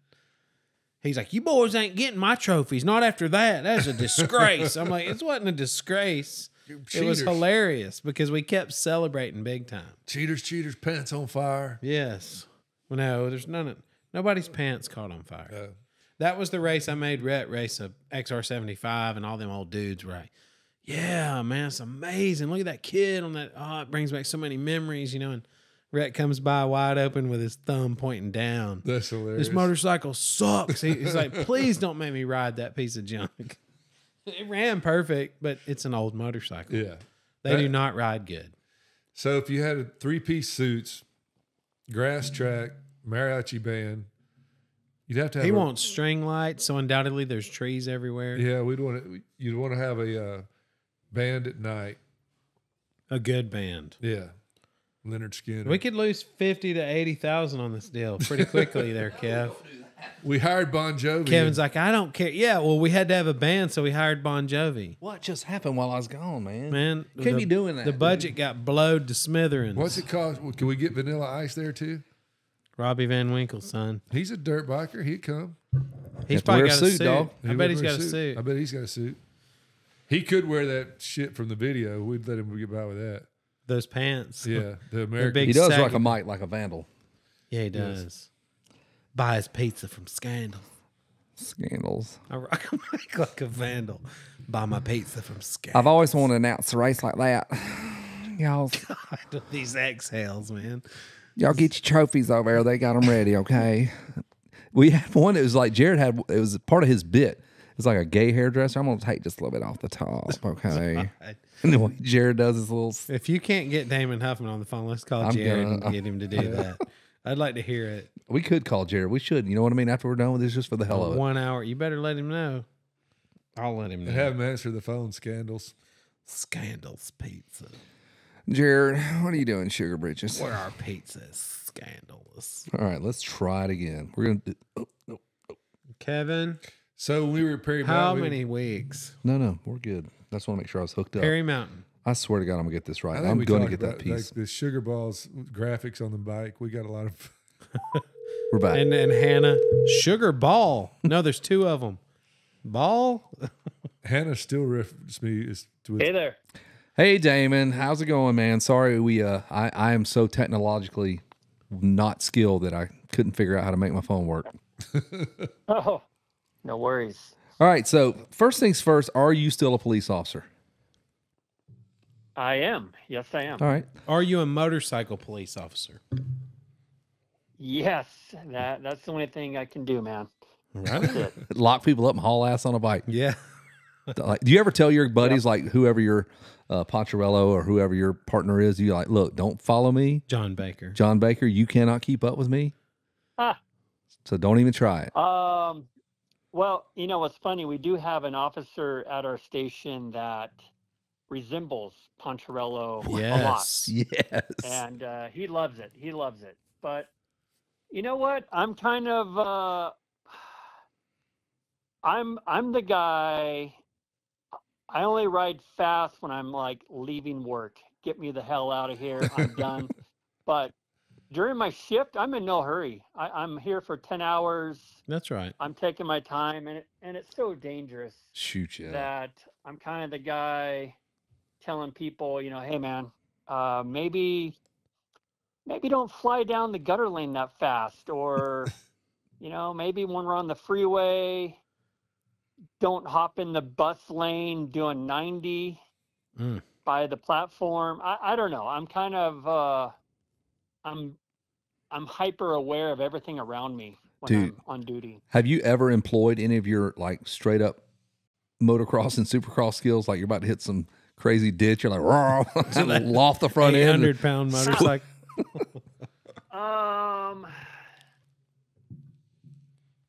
Not really, Good. but about my second day on the motorcycle, actually working on duty, I'm working with a couple guys, and they're kind of, there's a lot to learn, a lot of etiquette and riding etiquette, and when you're riding in pairs, and you know how to do it properly and safe. But they took me to this back street, and they stopped, and they're like, okay, let's see a wheelie. Let's see you do something. Let's do it. And I'm like, what? A wheelie? And shoot your And gun. I knew I could. I knew I could wheelie the bike, but it's kind of tough. Yeah. But then I got suckered in to do a wheelie in front of our sergeant. Whoa, Which that's a trick, dude. They're trying to get you fired. Oh yeah, it was total peer pressure. You know, we're hooked up on our intercoms, and they're like, "Come on, Huffman, you're the only guy on the whole department that can get away with it. Just do it. He's gonna love it." And I'm like, no way, man. I was still brand new on the bike. And then they're like, come on, we'll buy your lunch tomorrow.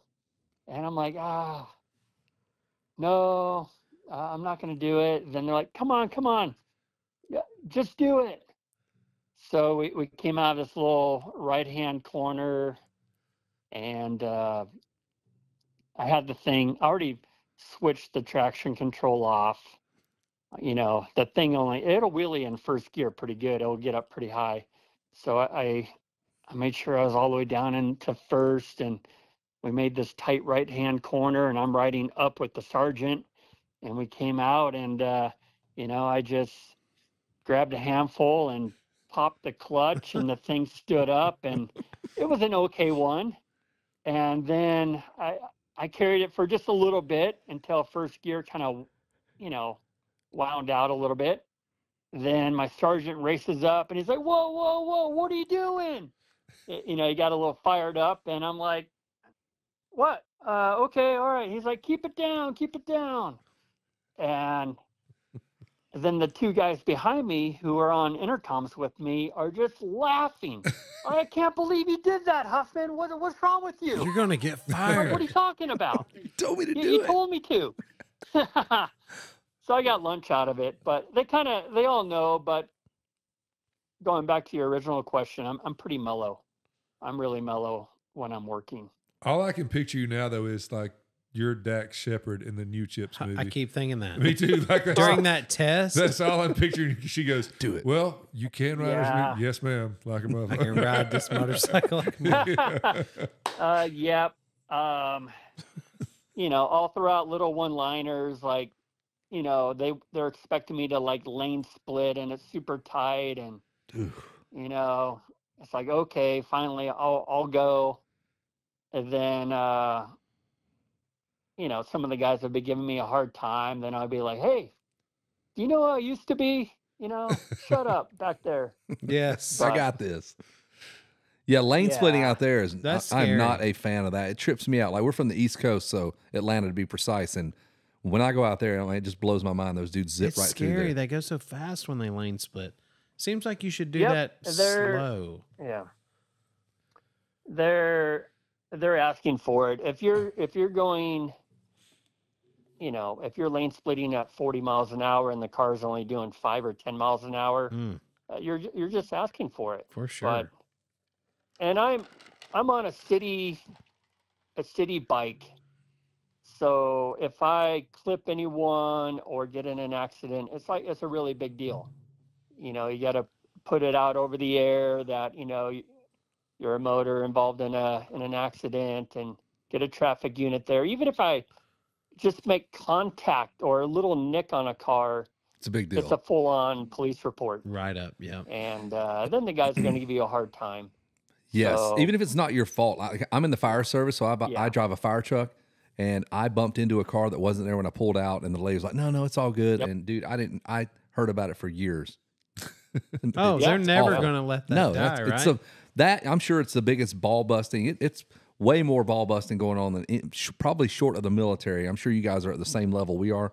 It's pretty gnarly. There's no limits to what they will say or do in terms of busting of the balls. True.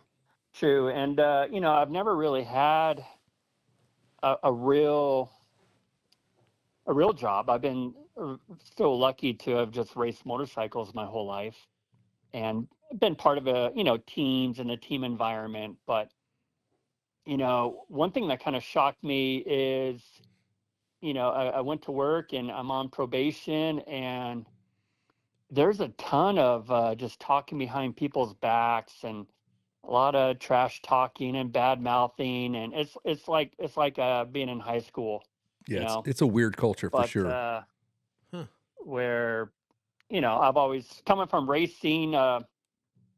Every team I've been on, they keep it really professional, and if there's an issue, you address it, or you debrief, what the bike's doing, or post race, what could have gone better. But yeah, I don't partake in it. It's just like that bad mouthing and talking behind people's Just a backs. gnarly I don't like side. that part of it. But Yeah. yeah, show up, do your work, go home. Keep your mouth shut. But That's right. Now, how long have you been in the police world now? It's been a while, man. it has over 13 years now. Wow. Yeah, so I'm at year Yeah. 14 in the fire service. So after I finished my supercross career, I think you and I are on the same trajectory. I don't think my career was nearly as successful Well, as if like you add up all the titles y'all have, there's yeah. just How many like do we have 2. together? So together you have 2 and I have none. So we got 2 Yeah. supercross titles. 2, So yeah, huh? very Yeah, and similar. if you add up That's your pretty good. Loretta's, Pretty good. then that y'all also have 1 Loretta's title Yep, together. yep, yep. It's pretty nice when you It's combine yeah, it's everything. so it's like looking in a mirror whenever I look at with Damon Huffman and me. Well, he said he likes to be a part of a team. Yeah. You guys are a team. You do Yeah. the same Absolutely. public service. I Yeah, mean, that's exactly. that's awesome. Hey, so Yep. let's actually Well- talk moto now. If you want to shift gears, so you've been doing that 14 years, but you still do the Kona Ice stuff. I won't completely go 13. into moto. 13, Oh. sorry. You know what? We had 2 Kona ice trucks, and right before COVID, actually, we found a buyer and sold the business. So Perfect timing. That was we did that perfect. for about almost 6 years. So yeah, it was good timing. I was ready between, my regular job, then my days off. I'm helping my wife, or I'm washing the trucks, stocking the trucks, getting Yeah. them all prepped. Or, my wife would be like, "Hey, it's your day off. You want to come to work with me? Want to help Yeah. me?" You want And to of course, I work? can't really say no, but I was getting really burnt out on just kind of managing both of them, and the timing worked out great. Still miss having. We had a lot of just cash on hand, For which sure. was always nice. And my wife misses it too. She was great at it, but we're always looking for something else to do. Yeah. Why don't you open up a track? Those are a lot of fun to do. A track? Yeah. Yeah, I don't know. Well, if you start with $2 million, Yeah. you could make $1 million. Yeah, 'cause that's what they say. Quickest way to Get to have make a $1 million. million. Start with 2. Start with Yeah. 2, you'll have $1 million. Yeah. It won't take but a second. Well, I kind of hit Fonzie up because he and I are buddies, not nearly as tight as you are, but I've gotten to know Fonzie pretty good. I announce at Mammoth and Loretta's and some other places, so I got to hang out with him. And he Day was in the like, dirt. "Yeah, day in the dirt." And he was like, "Yeah, ask him about rating. Is that something we can talk about?" Rating? I don't know what that is, so I don't know if he's being a jerk and like, man, if he will never say anything about this, or you might talk about rating. What is that? Rating. Apparently, Sounds like Raiders of like the a- Lost Ark. well, it kinda. sounds like a very insider's Rating. joke, and he's gonna he's gonna get me in trouble or get you in trouble. How did he say it? Can you use it in a sentence? What's the origin of the Well, word? I need a little help here. I did too. I said, "Did you misspell writing?" He goes, "No, rating." So apparently, Rating. Yeah, we'll have to follow up with this or something. Is Okay. this referring to like fonts, like some ordeal he was in? Probably, Rating. maybe it is. Maybe it's the deal. Okay, so it might be this story because he called me after that. Whenever something happened at his house, he got in trouble, and then the police came to your house a Yep. couple of doors down from Larry. Okay. Well,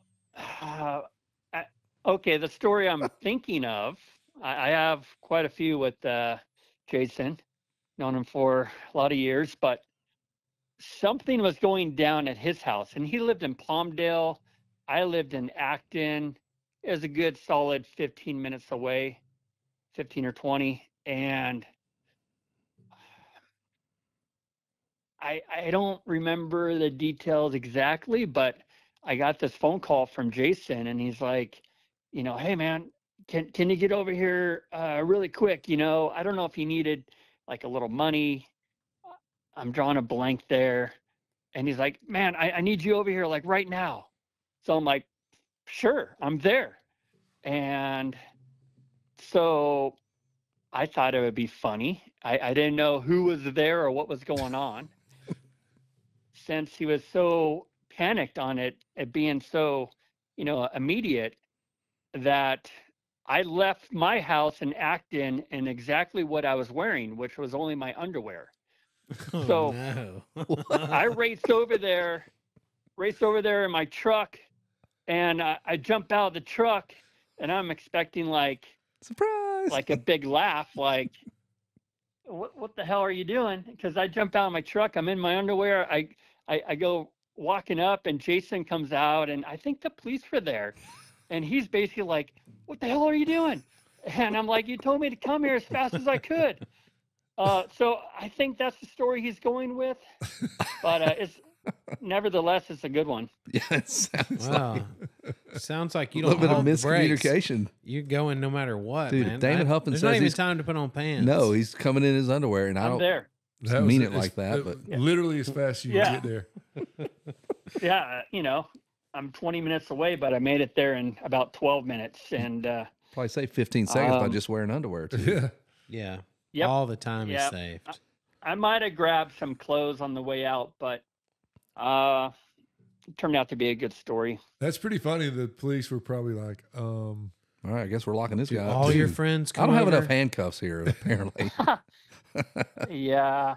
Hey, have you ever But, have you locked any of your buddies up, or run across some people you know? It's Like like, written oh, a ticket or dang, I hate to do this to you, bud. The only time I've been recognized on the job a few times. A lot of times when I'm on a call, I mainly just deal with traffic accidents now. So a lot of the firemen who ride, know me, or Yep. like, oh, hey, I used to watch you race back in the day. I'm getting so old now that that doesn't happen as much. But one time years ago, I'm like in the middle of the street directing traffic, and just, what am I doing here? What am I doing? And this guy drives by, and he has his window down, and he's like, Huffman. I'm like, hey. He's like, Yeah. I used to watch you race. I'm like, awesome. And then it's like, oh shit. That's Yeah, directing cars. traffic, 3 cars you know? crashed. Dang it. Yeah. I pulled over a car with Dennis Rodman in it before. oh, wow. Wow. Was he wearing a dress or? Yeah. No, just all the piercings and Yep. How was he I felt like towards a you? really Was he, Oh, he was great because I met him. I met Rodman back in my Kawasaki days at a dealership, I think somewhere, I want to say Dallas, and we're there for an autograph signing. Played for the Spurs for a minute. And Rodman, they brought us in the back, and he was there. He was buying some jet skis. Oh, wow. So we met him there, and so that was kind of cool. But I pulled over this car. He was a passenger, and I walked up. I was working solo, so I walked up on the passenger side, and I'm like, oh man, Dennis Rodman. And I kind of went through my regular routine, and I don't even know what the violation was, but obviously I didn't write him a ticket or anything. And then I'm like, hey, Dennis, hey, I've actually met you before, kind of ran the whole story by him. I used to race motorcycles, and in Dallas, you're buying jet skis, and he remembered that, and kind of remembered a little bit of it. So that's kind of how that went. But Otherwise, you would have written No, him I up. You're don't- like, hey, you don't remember that story? Well, No. I'm definitely writing you a yeah. ticket. Yes. If you remembered it, No, you you would have know- get off free right now. the way it works in LA, if anyone, this is a deal I had, if anyone would tell me the truth or admit or apologize, anything along those lines, when they're being stopped, I would let them go with a warning, no Wow. problem. Boom. But I tell you, every 99% of the time, it's no, I wasn't on my cell phone. No, I stopped. No, I have a license, but I left my wallet at home, and it's lies, lies, lies, and then I don't really feel bad writing a ticket, Yeah. but I tell people all the time, or my friends, hey, follow directions, be polite, Say you're sorry. admit that you're wrong. Yeah. Say, whatever, you're sorry, I understand. That's what we want to hear. Yeah. But You don't get to hear it ever. It sounds Oh, like. man. no, not me. No, That's a thankless it's, job, dude. We're the good guys. The firemen are like, oh yeah, whatever. But in the fire, you guys are just put Yeah. in such a bad spot, man. Yeah. Well, you know what they say, what firemen and police have in common, right? They all want to be firemen. Yeah, not a Kevin will bad trade gig. with you some days when No, he's I having will to not. change some fat dude's channels. No. Or, Yeah, pick some guy that pooped all over himself, and you guys are sitting on the outside like, that's your call, big dog. Like, yeah. have at it, big boy. I'm like, oh, Yeah, I want to be a yep. policeman right now. Damn. But hey, let's kind of go back and let's talk a little bit of moto. I don't know much about your Sure. amateur career. I think how old would you be? I think you're probably 47 or something like that, 48. Yep, 48. Okay, because Yep. I'm a couple years older than you.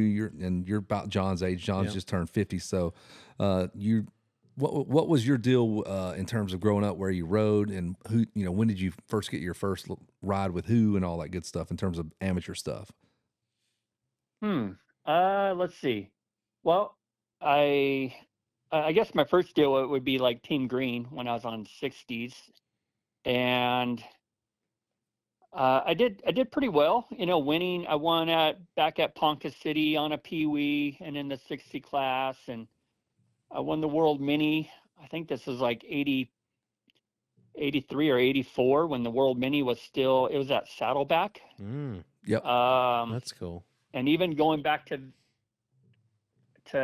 that day, I was racing against Ezra Lusk. He was always kind of my rival all through my whole amateur career. Him and Jeff DeMint, Mm-hmm. Craig Decker, Pingree a little bit. Greg Rand, but, maybe, or no? Man, a little bit. When we would do Ponca or the Texas Yeah. GNC race, I would see those more East Coast guys. East Coast guys. But so I kind of bounced around with Team Green and Suzuki. Rode Suzuki's like 88 and 89, then back to Team Green for 90 and 91. Then all the way back to Suzuki again for my first year as a pro in 92. So is Buddy Antonez a little ahead of you? He's probably a year or two older Yep. than? Exactly. Probably, yeah, at least two. One or two. Yeah. He was like fierce on but- a mini bike, right? Yes, I mean, he was Jimmy Gaddis, Button, Antonez, R&D, Suzuki. bad to the bone, Yeah. right? Oh, I loved all those guys were slightly ahead of me. Joel Albrecht, and the East Coast guys, getting to see Brian Swank and Chris Neal and Mike Brown and Denny. I know I'm forgetting, but even when I was a kid, Eddie Hicks and Paul Dennis, Mouse McCoy, Ronnie Dunsford. Like I was such a, I love just watching. I'm a visual learner, and I would just watch, Larry Brooks and What about Rick Simmett? just Do you ever ripping on remember that minis. name? Kyle Lewis. Rick Simmett. I'm sorry, what name? Do you ever remember Rick Oh, yeah. Simmett? Yep, I absolutely. wonder if he's your age. He's a little bit older than him, right? I don't know. I feel like Yeah, would he was be. always a Honda guy, right? Yeah, Honda guy for sure. Rode Hondas. Yeah. So, my dad took me to all the races, and we would always watch, the pro class or the 80 experts. And when I was, like intermediate or riding the 9 through 11 class. And, yeah, and those are all the guys I looked up to and wanted to get in there and race. But so I was always at the top of my class through all the age divisions, or, you know, intermediate or expert. I was always winning or kind of right there at the top, which kind of carried over right into my first year as a pro in 92. I had a really good year in 91 as a 125 and 250 B rider, or intermediate class as they called it here on the West Coast. But I cleaned up, you know, won a lot in Texas and Ponca and Loretta's, and Kawasaki really want me to stay on. But my first year as a pro, they wanted me to do pretty much the amateur nationals again, and some Mickey Thompson races, and which I didn't really want to do those. Then Suzuki kind of came in and said, hey, we'll give you, I don't know what it was, like 5 bikes, a good parts allowance, and expense money. And they're like, do what you want. Do the West Coast Supercross Series, do a couple nationals, and, you know, have fun. Wow. So that's what kind of got me back to Suzuki back in 92. Then in 93 is when I got picked up on the factory team. Yeah. Ezra was 92, maybe maybe 93 for that Suzuki ride too, right? I think it was 92. Right? Yeah. So Ezra, I was more factory support, and Ezra went straight to like full factory when it was him and Swank on the East Coast. Okay. And then you were 1 year later to be full factory, right? Correct. Basically. Yep. Yeah. 90. Yep. That's right. And I had a great year that year. I won 4 Supercrosses, I think 4 out of the 7 or 8, but that's the year Gaddis won the title. I was really inconsistent. I won at Anaheim. I was only 17 years old, and I was 17 the whole year, actually. But then I won the last 3 in a row. So, that's cool. But before that, I would, you know, crash out, or one moto or one race, my whole clutch perch broke off, kind of struggled there. Then I won the last 3 in a row, which really kind of carried over in the next couple years. Isn't that weird? Like back then, like if you weren't the guy by 16 or 17, like they would just throw you to the wolves. Like you're done. Like now 17-year-olds are just jumping in the B class. They just did their schoolboy year. Then they do their B, then their A, and there's no rush, 18, 19, no big deal. But like everybody had to get in the mix early. At 16. It's crazy. It is. You know, I'm watching the Supercrosses and how they're making a really big deal about, you know, oh, he just turned 18 or whatever. I'm like, what? Yeah. I was racing those at, you know, 16 years old, or I won 4 of them by the time I was 17, but different times. I don't know. I don't know if it's good or bad. I think back then things were just a little more simpler and more grassroots, and all the top guys were kind of on that pace of, you know, moving up to big bikes, turning pro at 16, you know, and going from there. By the time you're, you know, 25 years old, you're retiring. But maybe it's a good thing. They kind of take a little bit more time now, but I don't think it hurts. I mean, I to don't be know. 18 or whatever when you turn pro, I don't think that hurts. I mean, I think in your days of being 16, I think Maybe everything was like he was saying, compressed. Like you were done by the time you were 25. So if we're talking dog years, he would be like being a 19-year-old now. Right. Yeah, for sure. Yep. I remember, you know, like it seems like Rick Johnson, like Wardy was kind of the old one that went on for a long time, but RJ and Johnny O, and, you know, of course, Bailey ended, you know, his career early, but a lot of those guys, it seems kind of like mid mid-20s and You're washed up. Yeah. they're pretty much retiring. Yeah. Well, And like other sports, like you don't peak as a male athlete till you're probably 30, like as a I runner, think you're 28. stronger. You're Right, much mentally and stronger stronger. when you get a little Well, older. cardiovascular, they say like you peak at like 32. Really? Yeah. I Wow. mean, for cycling, Yeah. like Yeah. for people that are cyclists. Cycling. Yeah. So you think, maybe it's they have better surgeries for your knees. They have better And it rehab. They prolongs have that. better people are prolonging their careers. Maybe. But think about 25-year-old you versus 16-year-old. I mean, Yeah. Huge difference. you were nothing at 16 compared Yeah. to what you are at 25. Right. Mhm. And then our sport, everybody was retiring. Yeah. I mean, I think it was Yep, a huge deal for somebody to turn 30 and still be Well, racing. they kept And now calling there's a- Hannah the old man in those whatever years those were, and he was 26. Yeah. It's like, God, it's not that old. Yeah. Yeah. 26 is only And, old if you're 17. That's right. Truth. Exactly. But then you have, John Dowd kind of came in and he didn't really start racing until he was 18, and his first factory ride he was 27. Yeah, he was Right, older. Yeah. And then he But- won a national, maybe, or at least qualified in his 40s. Yep. Yeah, Uh-huh. top three, so maybe Southwick. I can't remember.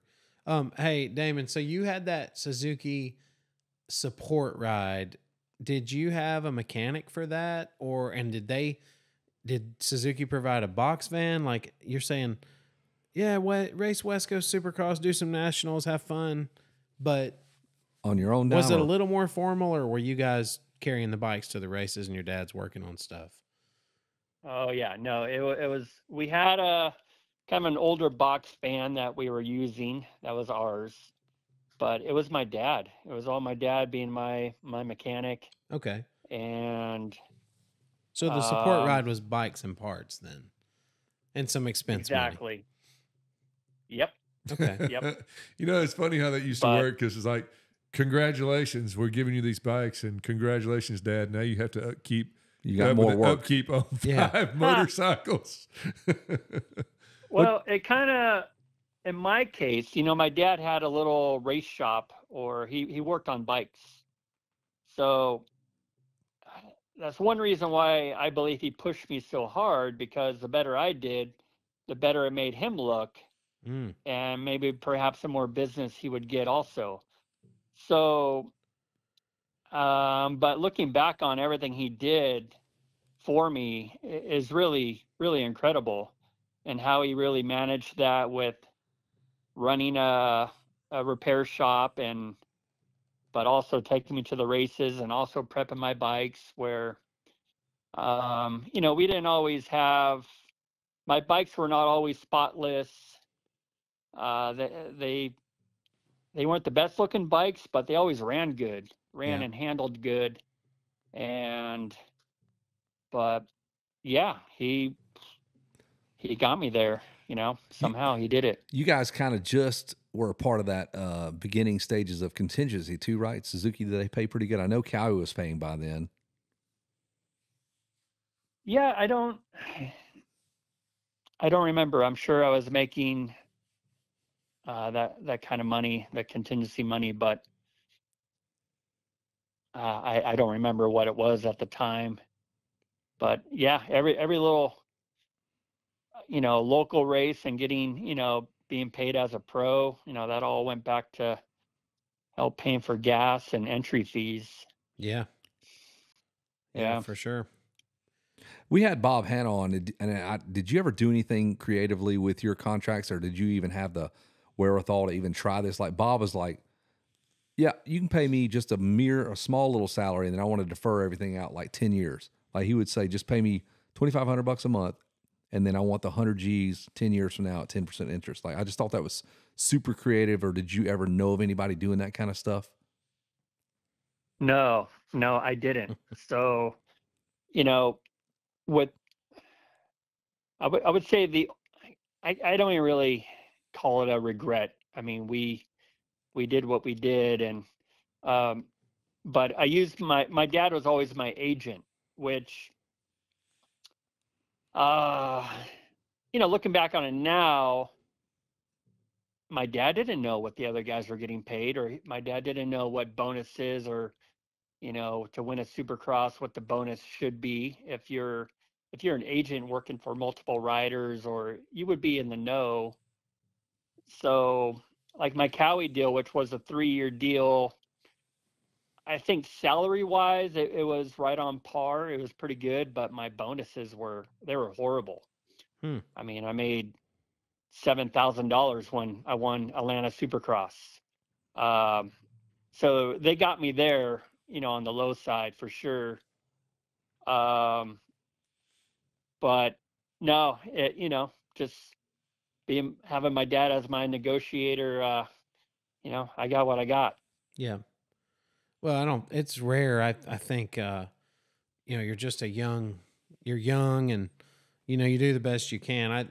That's part of what made Hannah's story so incredible, because he was like 19 or 18. Yeah, he was, didn't even take the money. He was telling them, this is what you're going to do. Yeah. Like, this is how he goes, I would just tell crazy. him about double. I thought I'd say about double what I thought I was worth. He goes, they never didn't agree to it. And I always asked for double what I was worth, and they never said no. I was like, what? Nope, I did not have those balls. Yeah, and he did that all the way till the end. Yeah, he said when he retired, he was getting 3 crazy. checks from 3 different manufacturers. Yep, he got from Honda, Yamaha, and Suzuki all at the same time back in 10 years after he was ridden the bikes. Yeah. Yeah. Wow. Yeah. Pretty creative.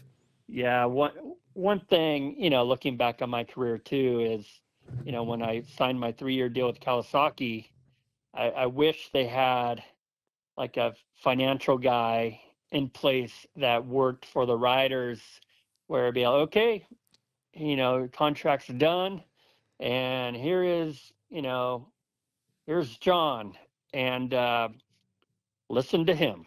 Yeah. You'll be set up for life or whatever. But no, it was just all about, putting the checks in the bank, and I love seeing my bank account grow, but just never had any really good investments other than buying, some houses and stuff. But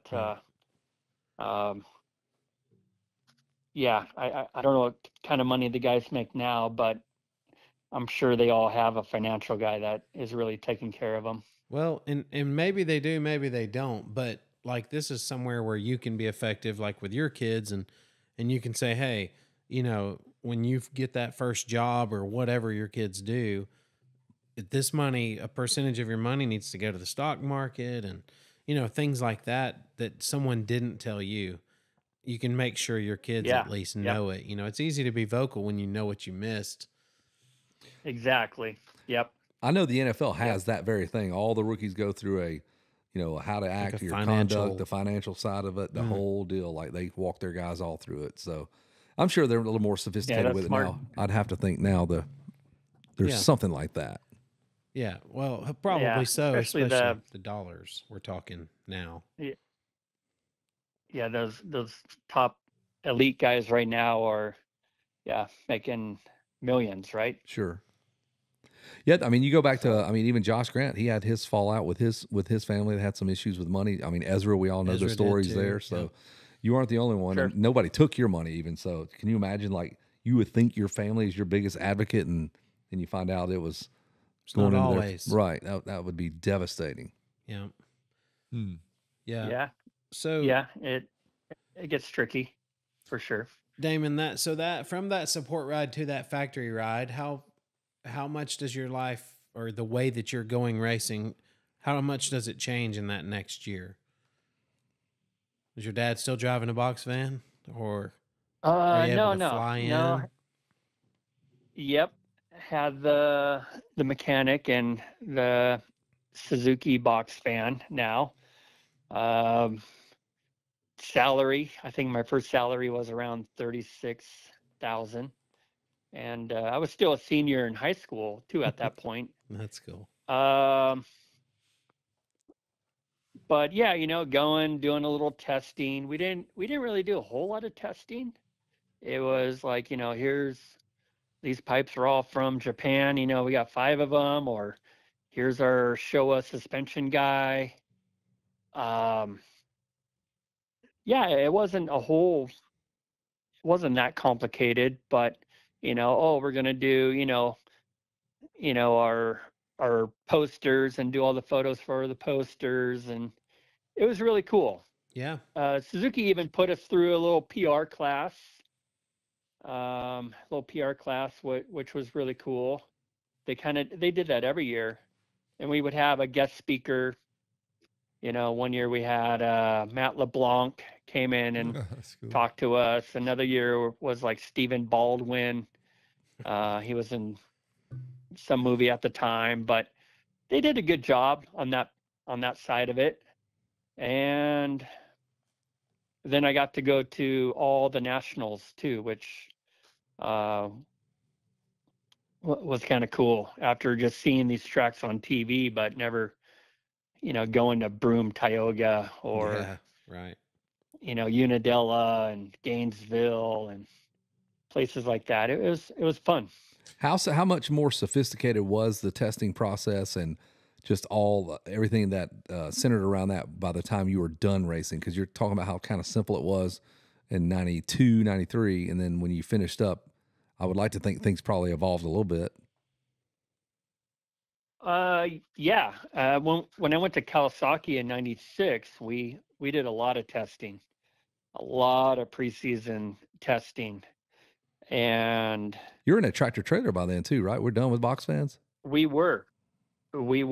I think Kawasaki had one for a few years with Kudrowski and Larocco at the time. But for our team, when it was Imig, Rhino, and me, it was an all brand new tractor, their second one. And it was really nice. They learned a lot from the first one and how to set it up and organize it. But, and those are really exciting times, working with, Roy Turner was the team manager at the time, and he has a ton of history and past experience sure. and great stories, from working with, Matasevich and Lachine and all those guys and Wardy. But we did a ton of testing and everything was great. I still call my 96 KX 250 is one of my favorite bikes ever. That was a good motorcycle. For sure. I just felt so good on that thing. And I had a really good season going for a while until I tore my ACL from going over the bars at Tampa. I think at Tampa. But up until that point, I had 4 second place finishes behind Jeremy. God. And was kind of like scratching right there. I wanted to win so bad. And especially after Seattle, when I had that good battle with Jeremy, like I knew I was going to beat him.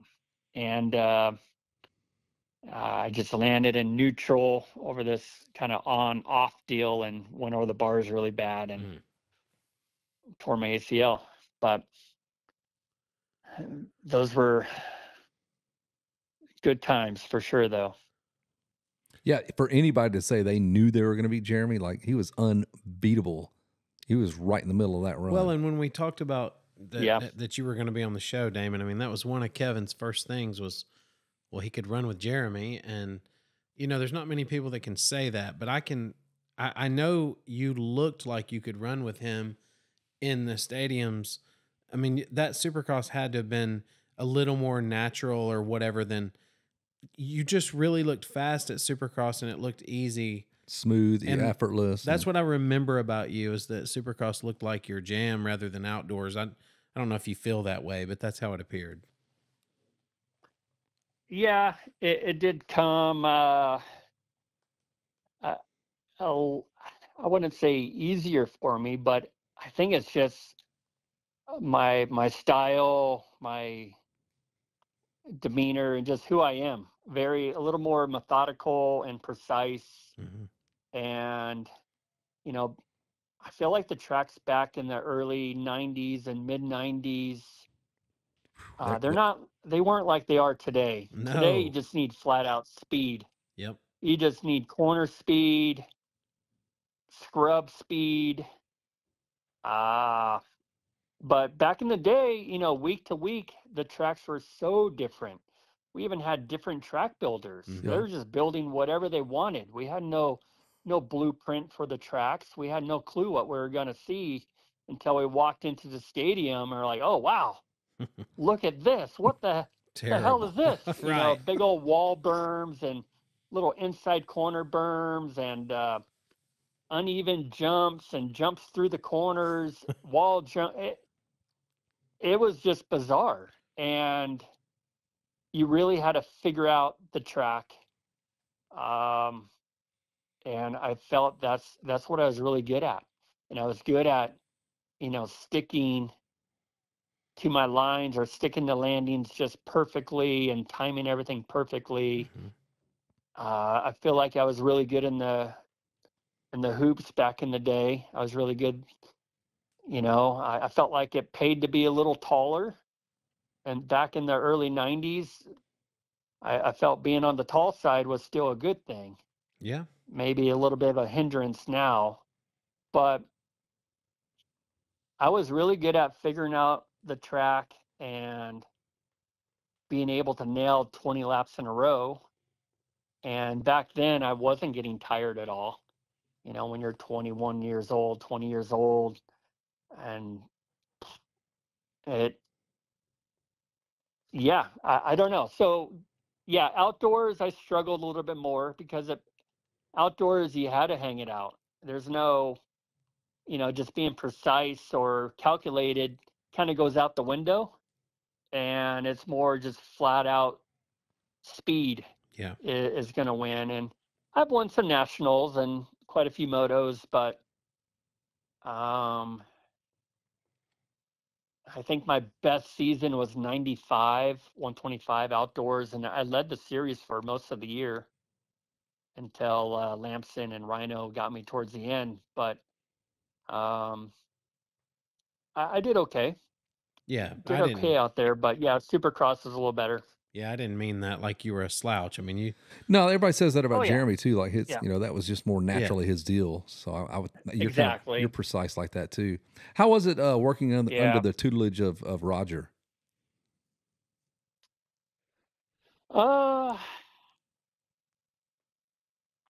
Well, when I first worked with him, it was my last year at Suzuki in '95, and he came in.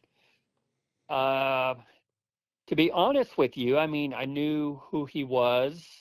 I knew he was a past world champion, but I didn't quite know his whole history at Honda, and probably I didn't fully, I to put it nicely, take advantage of all of his knowledge. Mm.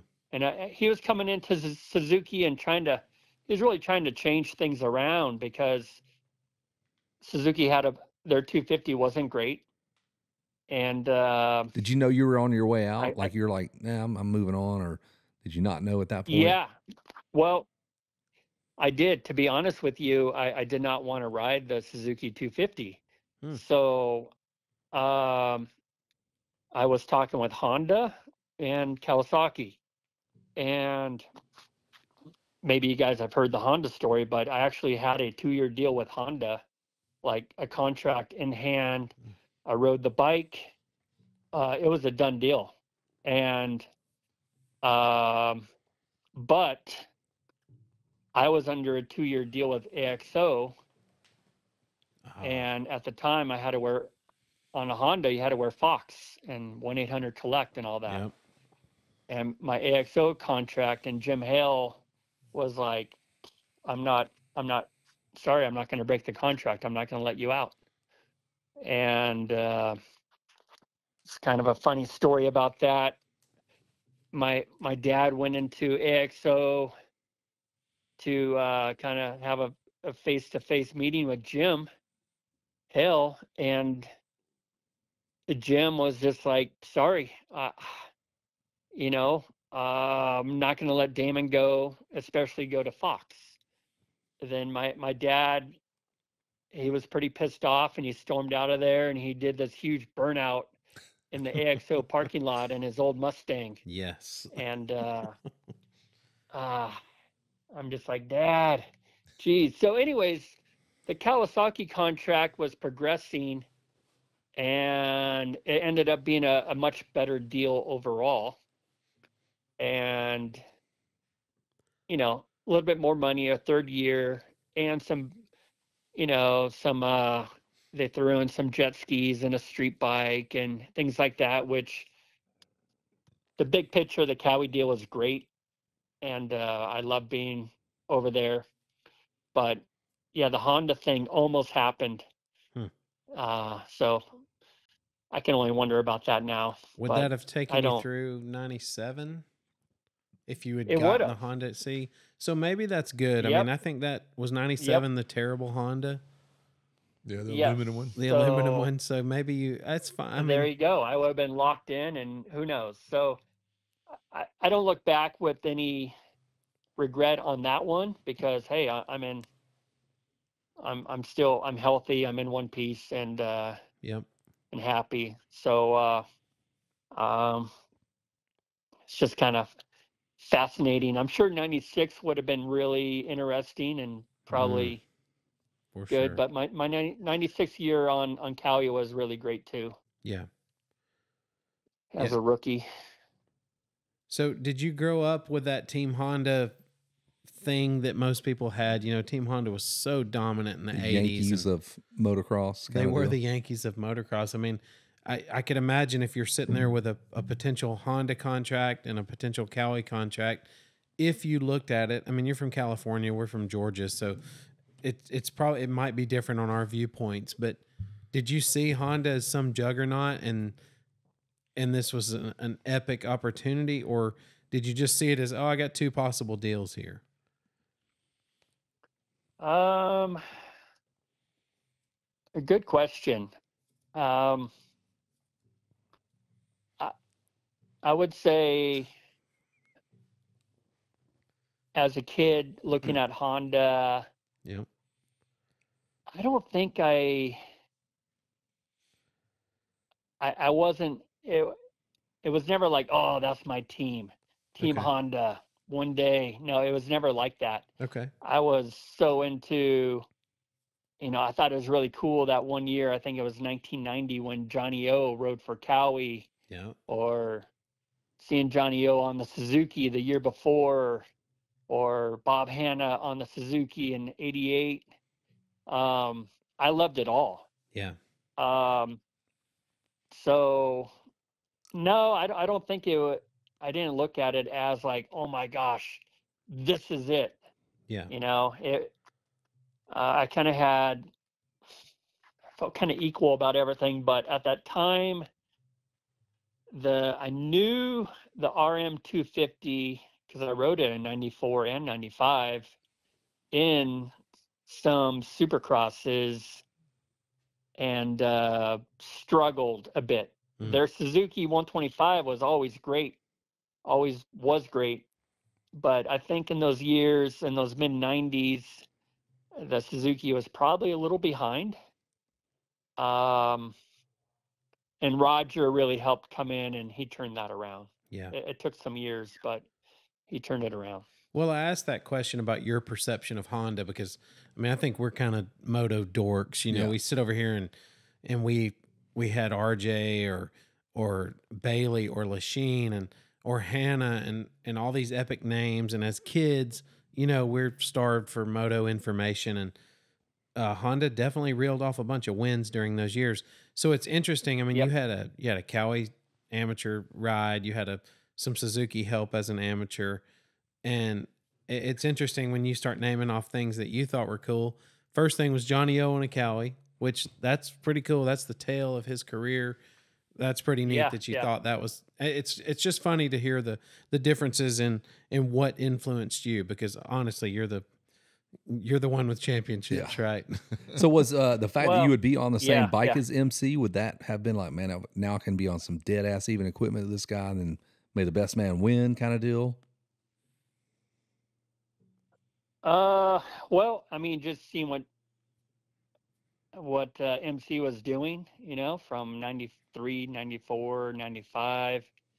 Uh, there was no stopping him. So Yeah. obviously his bike was really good. And I believe the bike they brought out was actually Lampson's bike. Hmm. At the end of, I rode at the end of 95 at their test track. And immediately it felt great. It felt great. The only thing I was coming from was like my 95 RM250. So I knew Right. the Honda was, it's a lot better. Then I rode the Kawasaki, and I liked it better than the Suzuki, but I think we had a little work to do to catch that Honda.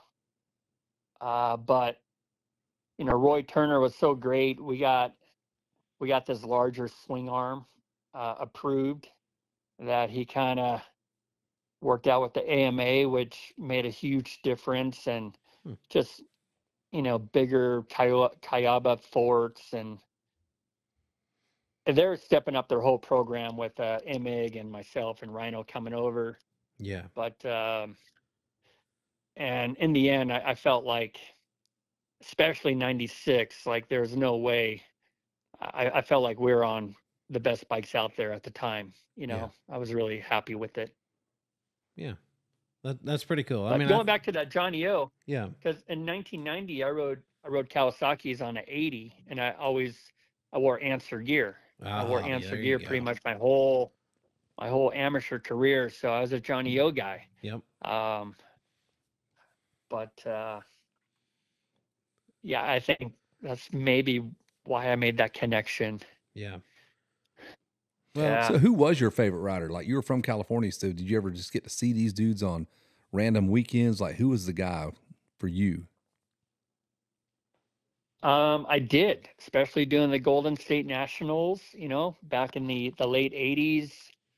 You would have all the big guys coming out, from RJ and Lachine, Wardy, Johnny O,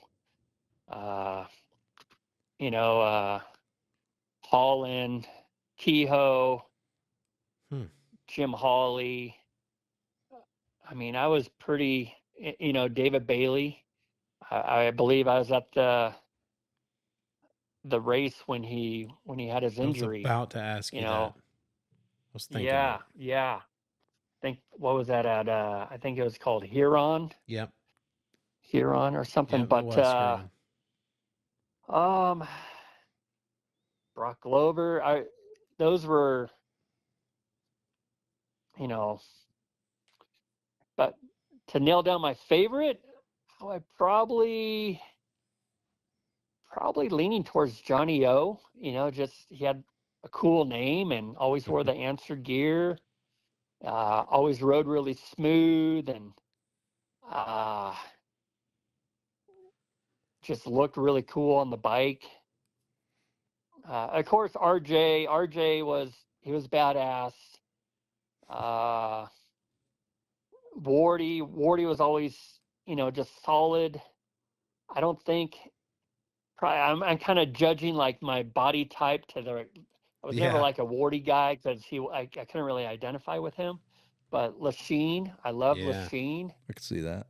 And Bailey. I didn't really know Bailey, but of course he was awesome.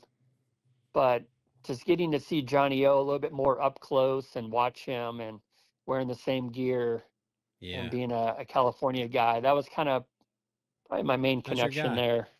Yeah. Yeah. Yeah, that's pretty cool. And I got to ride with Hannah a little bit back in the 80s. I was on an 80 when he was out in the desert riding, and it was kind of set up through Suzuki, but I got my picture with him, and I posted it on Instagram years ago, and I said, here's a photo of that time that Bob Hanna wanted to go riding with me. There you go. Or something like that, I said. Well, you can probably bet he didn't get to see it. Yeah, I don't think he does any social media. No social media. Yeah. No. There's no way. He had kind of a support role with Suzuki, I guess, during those years. But yes. Yep. Let's what about your mechanic? So you had Tony Berluti during your championship years? I did. Is that right? I mean, he seems like a really cool mechanic. I mean, can you talk a little bit about how maybe, if he helped you, or what made you and him be such a deadly combination during those Supercross seasons? Yeah. Let's see. So my first year with the factory Suzuki team in '93, I had Mark Johnson, or who they called a Caveman, Yep. and which I was fine with. I was only 17. I kind of knew, no better. I was clueless. Yeah. And then I remember they moved Caveman to like the support role or something, and I remember Ray Tetherton, the team manager at the time, Buzzard, was like, no, we're going to get you Berluti next year. I'm like, really? Oh, yeah, trust me, he's going to be better. I'm like, okay. And so Tony, for me, being a quiet kid, a little bit, I guess you can say shy, but I wasn't really a talker. Okay. So Tony was a perfect combination of being able to motivate me, but in a very positive way. With my dad, it was more like, beat me down, beat me down, beat me down until I get pissed off. Right. And I just want to win so I don't have to hear my dad give me a lecture all the way home. And that works, but kind of gets a little old, right? Yeah. And it makes you really not enjoy racing. So Tony was able to kind of tap into that a little bit, but in a more positive way, which I thrive on. I like positive enforcement. Yep. And but at the same time, he could get fired up, and it worked really well for me. And of course, his skills with the bike were amazing. Yeah. I never had a single issue. I mean, once he knew how I liked my bike set up, that thing was just dialed in. It wasn't like, oh, geez, he rebuilt the bike this week. Well, Yeah. raise the brake pedal up. No, the shifter's in the wrong spot. Let me raise the bars. Let me lower no. It was like, maybe I might, lower the clutch lever a millimeter or whatever. Right. Just, yeah, it feels good, right? Tiny but that was it.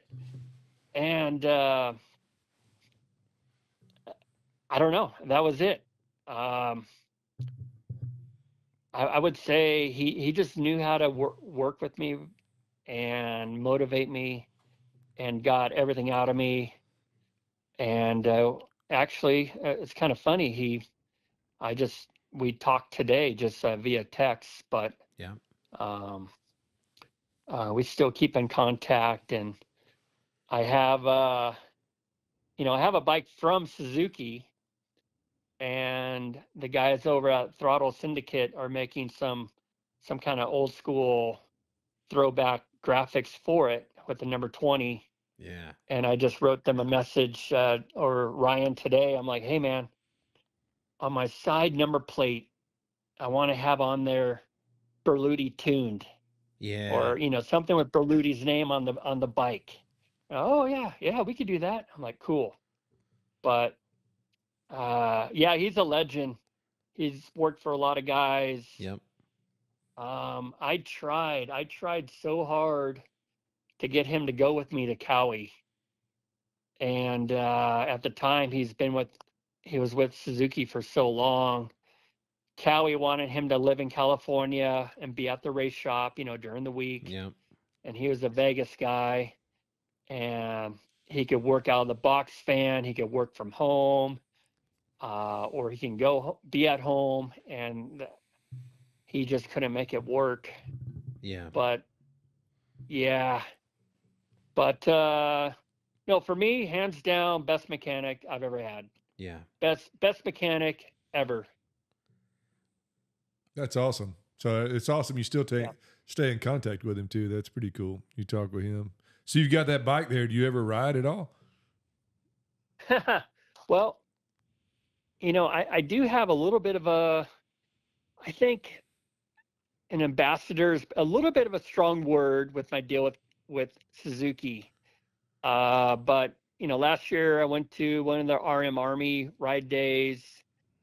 I had a bike which kind of came through Fast House, and the bike was all white and black, and had Fast House graphics. And Suzuki was like, whoa, we're gonna get you a bike, at least one that's yellow.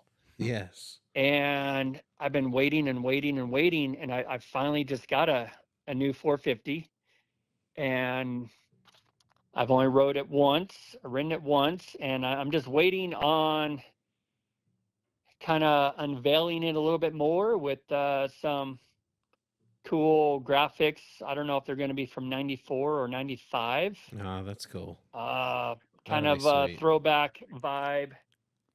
So I'm hoping to do a little bit more with, YouTube or Instagram, and get out there a little bit more. But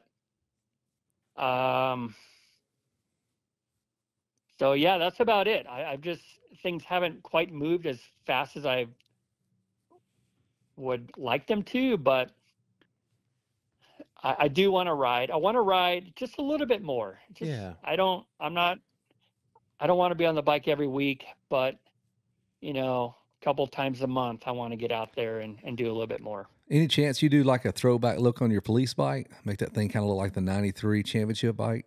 Would LAPD be cool with that? LAPD be real cool. Yeah. Some number 20 plates on it.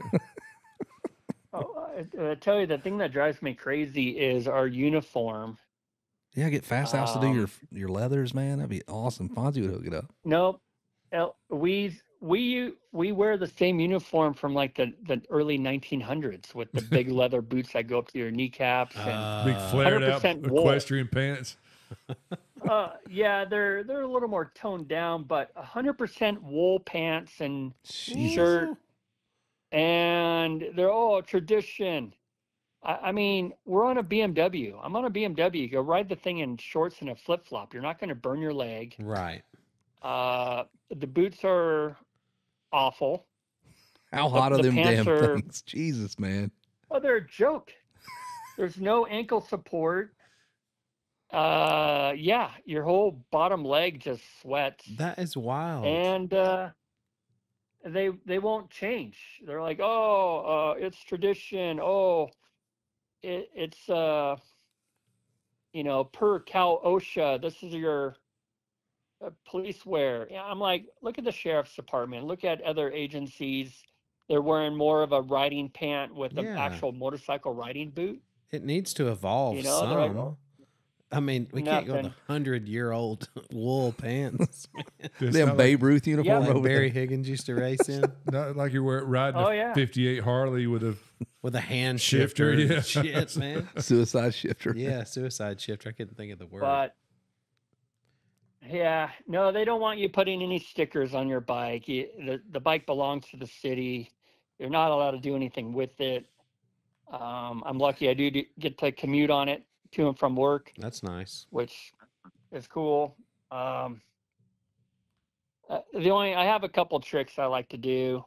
One time we wear like a modular helmet that can go up, and one time the guys didn't see me, but I threw on some goggles, put some goggles on, then like rolled up next to them, and they're like, "What the?" Right. Or I pretend like I'm kick-starting the bike as I'm hitting the start button. Solid. I'm like kicking it over. Yeah, like your RM. Start. That is solid. Yep. on your Or RM, I you do the pretend like you're lawnmower. pushing the button while you're kicking it. Yeah, you do it the Yeah. opposite on the RM. Right. But to be honest with you, I never raced a bike with the push start. I never personally have owned a bike with the push start dirt bike. So it's all I really know. Well, And but I'll look forward to getting the push button. if you had maybe gained next year like with 200 Suzuki. pounds since your race days, you wouldn't ride one without the push button. Like the rest of us. Yeah. Well, there's just so many dudes that if they get back on a kickstart bike, but the fact that you never deviated from it, you won't even notice. It's fine. Yeah. Yeah. I don't know if that little fall that Kenny did the other day. I mean, it was one kick, he's back going again. Yeah. But I think, I don't know, maybe 2025 they'll have a push button. I don't know. I think they have it. They have produced, not for the public, but they have made Suzukis with electric starts. And, whenever it makes production is whenever it makes production. But, that's your role. If you're ambassador, you've got to get electric start on Suzuki, and then I need you to update that police uniform. The Alpine Star. Alpine Star makes those half boots that come halfway up your shins. They're as comfortable as tennis shoes. Those ones I wear on the adventure bike. You don't have to sell him on it, I'm sure. I'm trying. I know I don't have to sell him. I want him to sell that. I mean, I feel for you in those. I don't know how that's OSHA or NIA or whatever approved like that from 1900 maybe. Yeah. They just have not updated their We standards. use the same standards from 1900. Dang. Yeah, it's basically the boots they're a heat shield. They offer no support. They offer no Protection. Like protection for where you're shifting all the time or braking or ankle support or Crushing, getting nothing. crushed. There's a giant heat shield for when you rode a 1920 Harley Davidson that Right. would burn your legs, Yes. or the Kawasaki KZ, 1,000 or that 1,300. would. They've got a special sole to help you pack your musket. Right. Yeah, if you got to pack Pretty your much, musket but- quickly. Right? So, No, there's old photos of like the first motor squad and all the guys, the history of being a motor, and it's like, oh look, same uniform, Barry yeah. same Higgins. boots. Yeah, that's not good. No. Yeah. No. Yeah, like our fire helmets used to be leather. Like they're not anymore because it's dumb. Those things have Yep. advanced, right? Yep. I've told my buddies like, hey, you need to call in. This might be a little touchy We don't or a little care. edgy right here, This but is a no I'm judgment like, you need zone. to call in. Yeah. Maybe hopefully there's no one listening from LAPD. Don't worry. You need to call in and say like, I almost got pulled over by a motor cop and I'm scared because he looked like a Nazi. Yes. Maybe that's a little overboard. I don't know. But Yeah. I'm like, get the pot stirring. Just say I'm getting that narrative accused of rolling, being a like, with the Nazi. big Yeah, in boots this woke community, that probably work. That's about Yeah, the that only would way you'll probably probably get work. it changed. Right. I'm intimidated. Those, I Yeah. don't, yeah. I'm intimidated.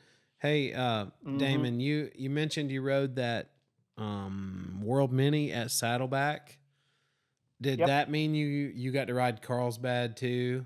Indian Dunes, those places around Yes. California? Yes. So Indian Dunes was like my home track. Oh wow. I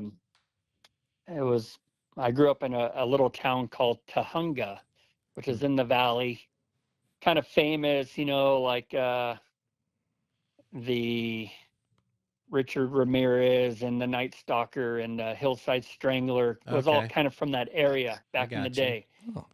Oh. Kind of the foothills of the valley. So Indian Dunes is probably about a half hour away. It's where I had my first race and where it all started. And that place was awesome.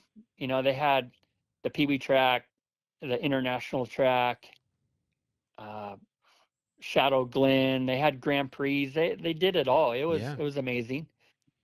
Saddleback, I remember going to the 84 National. My dad took me there and seeing, Suicide Mountain and Bonsai Hill and The Magoo and double. watching all that. The Magoo double. Yeah. Yep. Carlsbad. I wasn't really a Carlsbad guy, but of course, did a lot of racing there and You don't like that super loamy dirt they had? yeah. The uphill is identical to, back when you're watching Brad Lackey and Yes. Same dirt. Same hole. Never in been the- turned over. The that dirt's hole loamy. on the right. same hill that I rode up. Same Yes. bumps, everything. Yep. Amazing. Yeah. Right. We But- used to say that about Gatorback back in the day because it used to be a beat out Hammer Like- time. Everybody goes, I'm going to Florida to ride that sand track. I'm like, no, you're not. No, Gatorback's It hard. is not. There's a little bit gnarly. of sand at the bottom of that hill and the start straightaway. That's about it. We would always say those bumps were there, When- at the Trans or Trans Ams. and- Trans Am, whatever, Florida Winter Series. But Yeah. now the dirt's epic. pretty good, Carlsbad would have never evolved Not unless and it got gotten in into dirt. No. Yes, they'd have to haul in dirt. Probably not. Yeah. Yeah, Gatorback. I remember, you're racing all winter long, racing and practicing, but you go to that first national there, and you're going to get blisters. They're going to come. Yeah. You're going to get them This from. was rough. Yeah, for sure. Does it ever seem like? So I mean, I don't know. To me, that's pretty special that you got to ride Saddleback and you got to ride Indian Dunes and Carlsbad. I mean, I know that's kind of like that's just what's near your house, and it may not seem like a big deal to Yeah, you. but if you're an East Coast guy, those are iconic, But that's holy epic. cow, Yeah. epic tracks for us. Can't even imagine seeing them. Yeah. No, yeah, definitely lucky. And whenever I might come across an old, post on Instagram or YouTube or, that shows like Indian Dunes or like, I Yeah. remember, that part of the track or the announcing tower or same with Saddleback, and watching, there's that one view of the leaders like doubling up, Suicide Hill. Yep. Or the guys coming down the start and Bonsai Hill thing. and That looks oh so yeah, scary. the memories of it's so cool to see old photos of that. Yeah. So Saddleback's now like a park or something, and Carlsbad's a business park, industrial Yep. park or something. What's Indian Dunes? Is it anything still there, or do you know? No, you can kind of see, it's right off the Highway 126, which goes from like Magic Mountain out towards Ventura in California. But along that road, and that road really hasn't changed a whole lot. You can kind of see where the big trees were, where the pits used to be for the international track. But it's just like a giant sand wash. Looking area and kind of overgrown, but my understanding, Saddleback, you can kind of still see little bits and pieces of in the hills where it used to run. Yeah. And I live pretty close by there. In the past I have, and every time I would drive by I would try to picture it or envision Oh yeah. that part of the track, but really hard to tell. Can't tell now. And I think, Carlsbad's probably about the same. Yeah. Well, Kevin's family always owned motocross tracks here in Georgia, and their last track, I mean, you could go out there. It's like grass never grew on it. It looks exactly the same. You put a dozer on it for a day or two, Yeah. and it's ready to race. I mean, That was only 10 years ago. Oh, wow. So I wonder what it's like to, we owned a track and we sold it in like 85, and I ran across somebody that bought the property, and we just connected it like, I don't know, a month ago. And she goes, yeah, your concession stand was in my backyard and I used it for a garage for so many years. I'm like, what? Oh, wow. That was nuts. Like I grew up there. Wild. Yeah. She That's goes, funny. we finally tore it down. We used it for many, many years. I'm like, that is nuts. So I can kind of imagine what you're going through. In Indian Dunes, that was if I'm correct, Kenny Alexander and his family, didn't the guy that owns Fast House, wasn't that a part of their family's racetrack? Or at least it was my understanding that his grandfather or his father ran it. Okay. oh wow. I don't know. I don't know for sure. The connection with like the name Fast House, I believe, came from their family was more into BMX. Yeah, So it they was owned that. a BMX track. The connection with Indian Dunes, I don't know for A sure. beer company. Right. That's exactly right. Yeah, Okay. but the name Fast House, I believe, with the BMX track, their house is like right next to it. So all the fast guys would come and stay at their house, and it kind of got dubbed the Fast House, Yeah. where all the fast guys would stay and ride the BMX track. That's But- pretty cool. Have you been to Fast House out in Valencia? out No, there? I have not. All the inside of it looks freaking amazing. Oh, the the just the dirt bikes from the 70s and 80s and race bikes and memorabilia. It's really impressive. It's really cool to walk through and just look at everything. A lot of little hidden things like, oh, look at this, or oh man, Yeah. Danny Magoo's bib he wore at some GP race or whatever. Yeah, it's really cool. We've got a Really cool. Magoo helmet here from 82 or so. It's number 18, and it's a Troy Lee paint job. I've verified with Troy that he did wow. paint that one. The thing weighs like 5,000 pounds. It's hard to believe that was the helmet, but it was. No wonder Wow. people broke their necks. Yeah, Damn exactly. helmets weigh 8 pounds, Helmet man. weighed Have to like a crash. suitcase. They got or that something. fly helmet weighs about as much as a wallet. You know what I mean? It's Yeah, exactly. Silly. It's crazy, Damon. I think it's because you look young, but I never really pictured that you raced the same mini bikes. I always thought you were way younger than me, but we were mid 80s Kawasaki kids, and you probably were too. You probably rode like the 85 KX80 and stuff like that. I would imagine you were probably on 80s by then, right? I did. I even had some air cooled ones back in the day. That's cool. Did you have a What, DMC? Did you ever 83 throw a and leg over one 84? of those? I did not. Because my dad was kind of Oh, that's right. He was doing hop he up loved stuff. tinkering with the bikes, but I did have R&D Suzuki's Ooh, okay. That's back That's in a mecca. '88 and '89. Ooh, Yeah. that's Hey, what about bitchin'. those stories? I don't know if it's Rudy or Dean.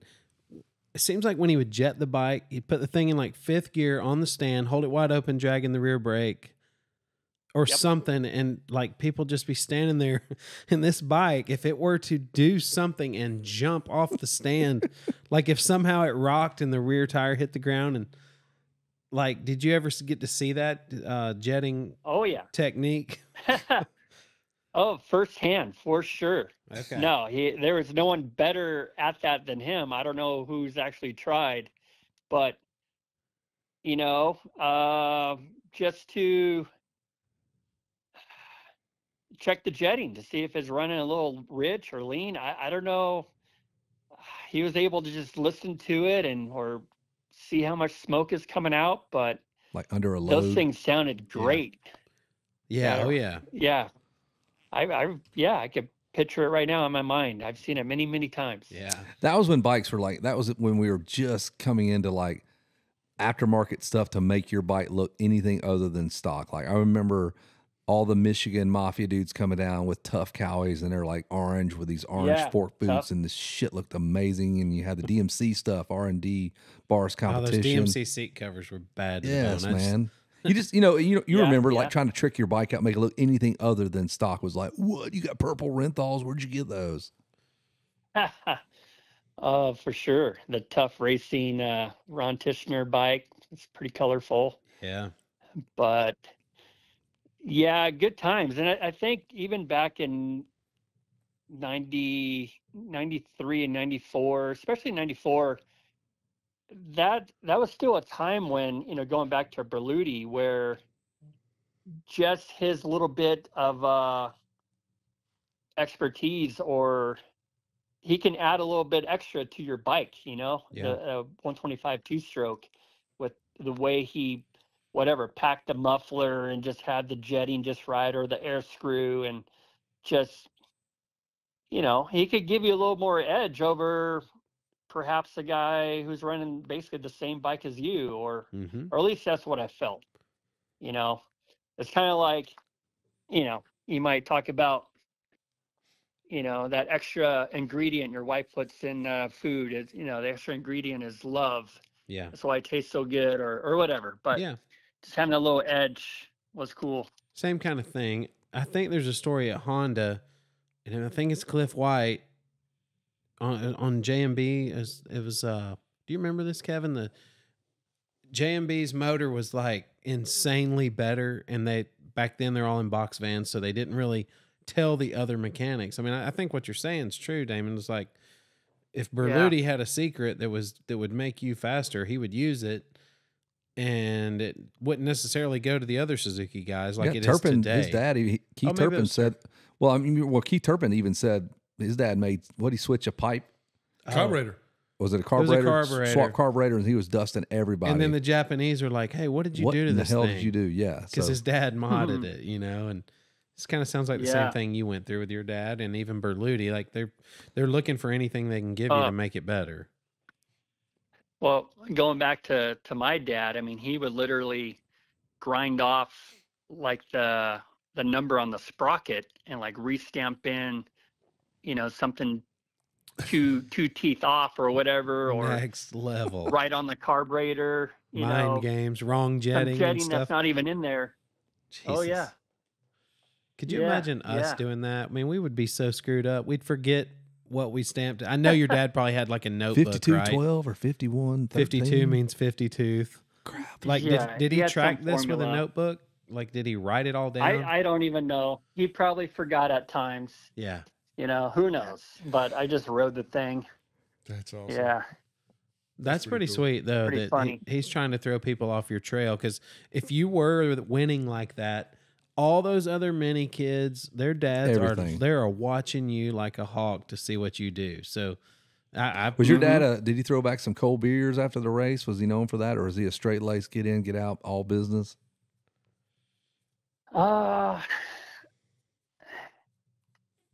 I don't know. I think my dad kept it a little bit on the down low, but for sure, there was some beers and wine involved. Oh, it's classy. I think he went through a stage where he was like smoking these, you know, kind of smaller cigar-looking things, or I'm not sure what they were, but in front of me, he kept that kind of on the down low, which he would leave for work and he would call my mom in the morning, like, what did Damon eat? You know, I wasn't allowed to have any sugar, cereal, or drink soda. It was, did he take his vitamins? Did you pack him a lunch? Like, he was very, really into vitamins, and, you know, he would make these oatmeal cookies that were, you know, pretty much the first ever nasty tasting protein bars, you know? Yeah. But, Homemade protein bars. Huff bars. Yeah. Pretty much. So he was really into nutrition and on me when it came to that. And we're very regimented with going practicing after school. I mean, he had a book of lap times, and it was, you know, at this track he has, you know, a whole, you know, 5 pages worth of lap times. And, you know, if I was off by a second, well, what happened there? You know, lap 8, you were a second slower than lap 9, you picked it up again. It's like, well, I washed out the front end a little bit, you know, come on. Or, yeah, he was pretty hardcore. Yeah. You know, I would win a race, and he would be like, Well, what happened on the start? Yeah. Yeah, you started in 7th place. We need to work on that. So I was always looking for, like, just tell me I did great, you know. Yeah. But I owe pretty much, you know, he got me to where I needed to be, you know. And looking back on it now, it was pretty gnarly and crazy. And we're able to do it just out of a van and a trailer, or sleeping in the van. And I remember being at Loretta Lynn's, and we're sleeping in a tent, and my legs were covered in mosquito bites. And I remember That is some of the harsh. kids like making fun of me, like, "Do you got chicken pox? What's going on?" Or I'm like, "Oh, they're mosquito bites," you know. And I didn't really care, but Well, thank God it's that nice was and a cool rough in the go, summer there. but Yeah, just the relaxing temperatures. You got to we, cool off after a race in a 95-degree tent in the night. Mm-hmm. Dude, that's But, the hottest place on we earth. did it. Gee.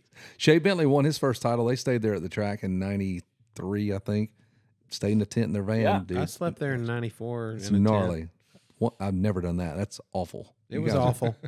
I try to get in that creek right before dark and cool myself off, and then jump in the tent. Don't dry off real good. Yeah. Get in the tent a little wet and just hope that you fall asleep before your temperatures start rising. Right. Yeah. Ugh. Yeah. Yep. Good times. It is wild, right?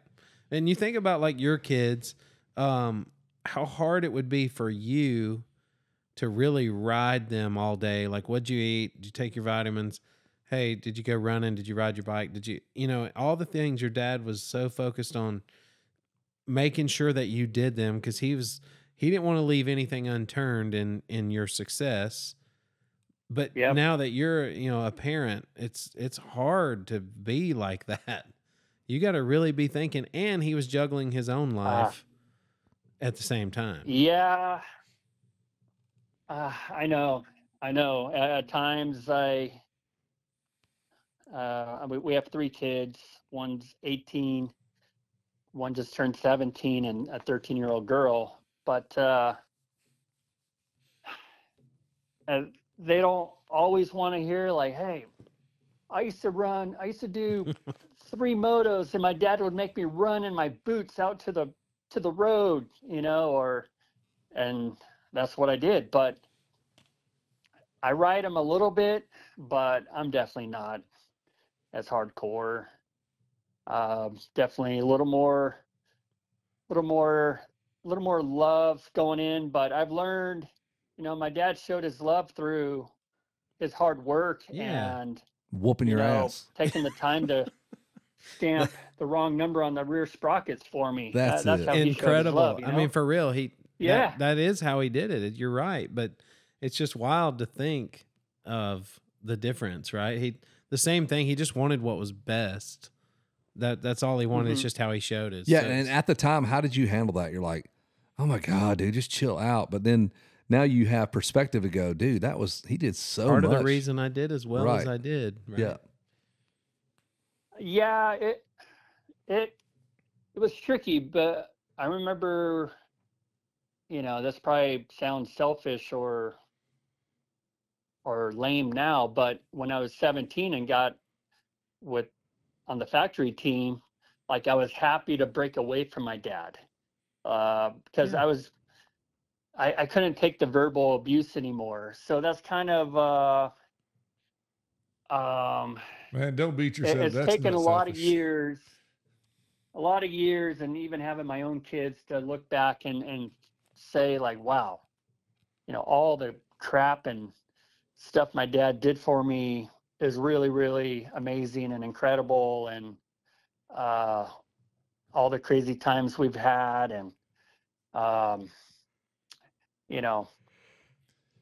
mean, I have so many stories. We can be on the phone for hours, but it's cool. I have that perspective now to where I can sit back and really appreciate it and just be thankful for what I had. I think you have to have at kids. the time, I think you have to have kids to get that perspective. Yeah, you would never know how hard it is to do it. Because I also think this, when my kid's 24 now, and when he was a teenager, I actually went and apologized to my dad. I was like, listen, when I was a teenager, I thought you were an asshole. I was like, I really did. I mean, I told him, I said, and now that I have a teenager, I realized that I was the asshole. Yeah. You know what I mean? Like the first I'm waiting time, on that at this house. It hasn't happened. Yeah. I had to, well, it would be until he has kids. When I was taking my kid to practice one day, and I was just trying to just force conversation out of him, and everything I asked him, yes, no, yes. And I thought, that's exactly, and I used to think me and my dad didn't talk, or he was harsh on me. And I thought, that's exactly the way I acted when I was that age. Yeah. My dad wasn't an ass. I was an ass. Right. And so I literally the next day talked to my dad, and I said, I get to apologize being such an asshole teenager. But I think that that's also a genetic defense system for as you're developing. They're trying to become their own person. To try to become your own person. Yeah. So you don't need to feel guilty about that, about when you're moving away from your dad, because that's what you're supposed to do. Yeah. You know what I mean? Genetically, we're predisposed at that point to be trying to get out on your own, It just Truth. doesn't come across as like, Yeah. It- Paying the yeah, asshole yeah. tax. But no, he definitely he knew how to push my buttons and get me. He always thought I rode better when I was angry. So there's definitely a cycle of if I didn't Everybody win that did. first moto, I'm getting laid into. Yep. You know, never anything physical really. It was mainly just verbal, but to the point where I'm pissed off. Yeah. Pissed off at my dad. And like I said, I rode extra hard just to get him off my back. Yeah. But it worked. And that paid off. Yeah. Yeah. You won. Yeah, it worked a little bit. You wanted Yeah. to cut. You won some. You won some very big things. Yeah, I would say. Yeah, I'd say it worked. I think that's where most kids kind of peel off too. Like you find out how much you love racing because there are kids with equal talent that just are like, I don't have I'm not doing it. Yeah. Like dealing with my dad or whatever, or the physical aspects of racing and all that training. Because I'm sure you've ran up against super talented guys that you're like, how did he not pan out? Yeah, for sure. I think especially when you start driving and you start, you know, meeting girls. Yeah. For me, I'm still rather of a introverted and quiet. And back then I was even a little bit more shy. So I loved being able to put on a helmet.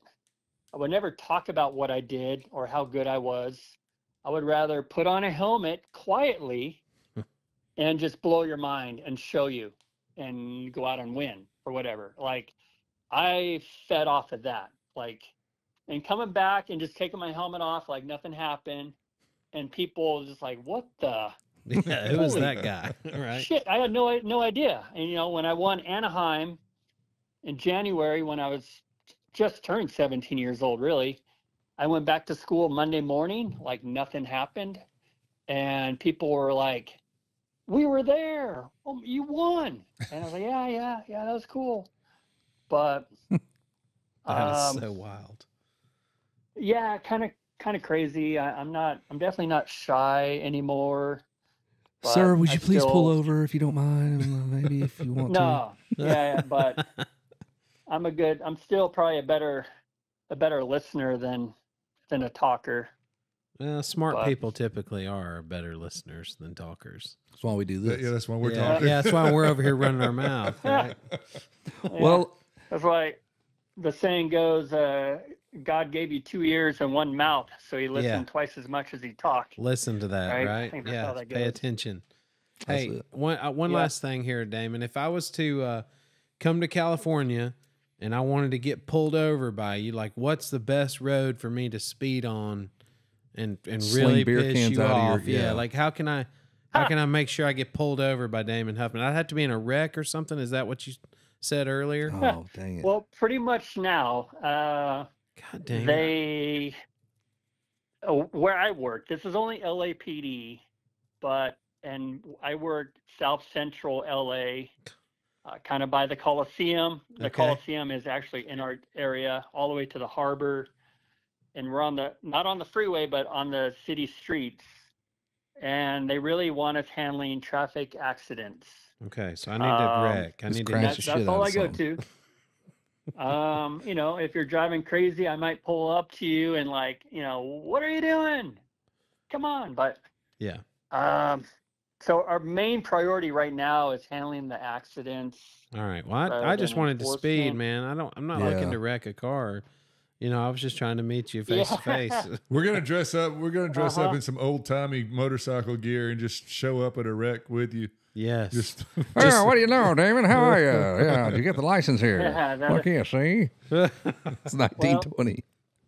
I'm sure I would be more comfortable around you guys than the regular clientele I deal with. I would So, think so, man. For sure. You know, I'm still. I like to say I'm just an imposter. You know, I wear a police uniform, but I'm just trying to go home safe. Yep. And deep down inside, I'm just a motorcycle rider. That's right. That's it. So, our movie is Backdraft fireman is Training Day Y'all's like, oh hell yeah, dog. Anytime this is on, I'm watching Denzel, dog. Yeah, I hated my first probably 4 years being a cop. I don't love it. I'm thankful for the job. I have great benefits, and Yep. we do some good stuff here and there. But yeah, I don't know. I'm more of a chips guy. I like Thank chips. you. Yeah. Good man. I agree with I can that. get with that. Yep, 100%. You know, the new Chips movie was actually pretty. It's a it good was movie, funny, dude. man. Yes. That movie was. It's fun. It's really, Super really funny. funny. the Yes. sound effects when he's taking all those pills for pain are incredible. Just crunchy and Yes, and the one-liners, man. When he was, I think you're hooked on those pills. He said, "What?" He goes, "When's the last time you took a dump?" He's like normal, like 3 weeks. yeah, just like everybody else, once every 3 weeks. Hey, what track was in the original Chips? Like you remember they had a dirt bike race and they had a BMX race too. But like, do you remember Jag World Championships was the BMX one. what track was the motocross one? Would it have been a Carlsbad or Indian Dunes, or do you even We could remember? look that up. Probably Indian Dunes. Yeah. Indian Dunes, because they filmed closer out there. Yeah. Sweet, That's pretty cool. that's awesome. Yeah. All right, we're gonna leave it on that, Damon. We've had you for way Right too on. long. Hopefully, we didn't cut into your dinner time Man, plans or we whatever. really appreciate your time, though. You're awesome. Well, I appreciate having me on, and I love talking about the old days, and my memory's still pretty good. But it was feels like a long time ago, but I love talking about it still. Still cool, man. Still cool to us, a bunch Yeah. of old dudes. Yep. So it's all good. 100%. Yeah, Awesome. We're down.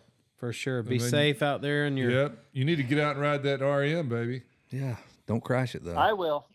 I will. I'll get out there and pop some wheelies and There you go. Show your sergeant try to what's whip up. it a little bit. Yes. Mm-hmm. I think it would be so awesome though for you, like if you had somebody that rode dirt bikes that didn't know who you were. Oh, They're who's like, this yeah. guy think he is? And he's like, "Man, I just got a dirt bike. I'd love to go riding with you." Yes. and just quietly put your And helmet Damon on, and Huffman then quietly shows up. blow his ask freaking him, mouth. ask him a lot of questions when you're getting dressed. What Like, gear you hit that jump in? Yeah, what- I'll just try it out. I'll see what I just got this one. Yeah. I'll see how it Yeah. goes. And all these things the same, like 1 down, 4 up, Like and our then- street bikes that we were on. Yeah. Yes. Sweet. Mm-hmm. That would be great. Then like third lap, just cut loose. On I'm just natural. I should have started earlier, man. This is pretty easy. Jesus, Well, man. The other thing the guys at work give me a hard time about is I still ride with my elbows slightly up Hell yeah. Yeah. you on do. the police bike. Yes. So from behind, everyone like they know, oh, there's Huffman up there. Elbows are out. And I even had an old timer who he's already retired, but he's like, "Man, Huffman, I don't know if you're getting ready to chase someone or hit a jump.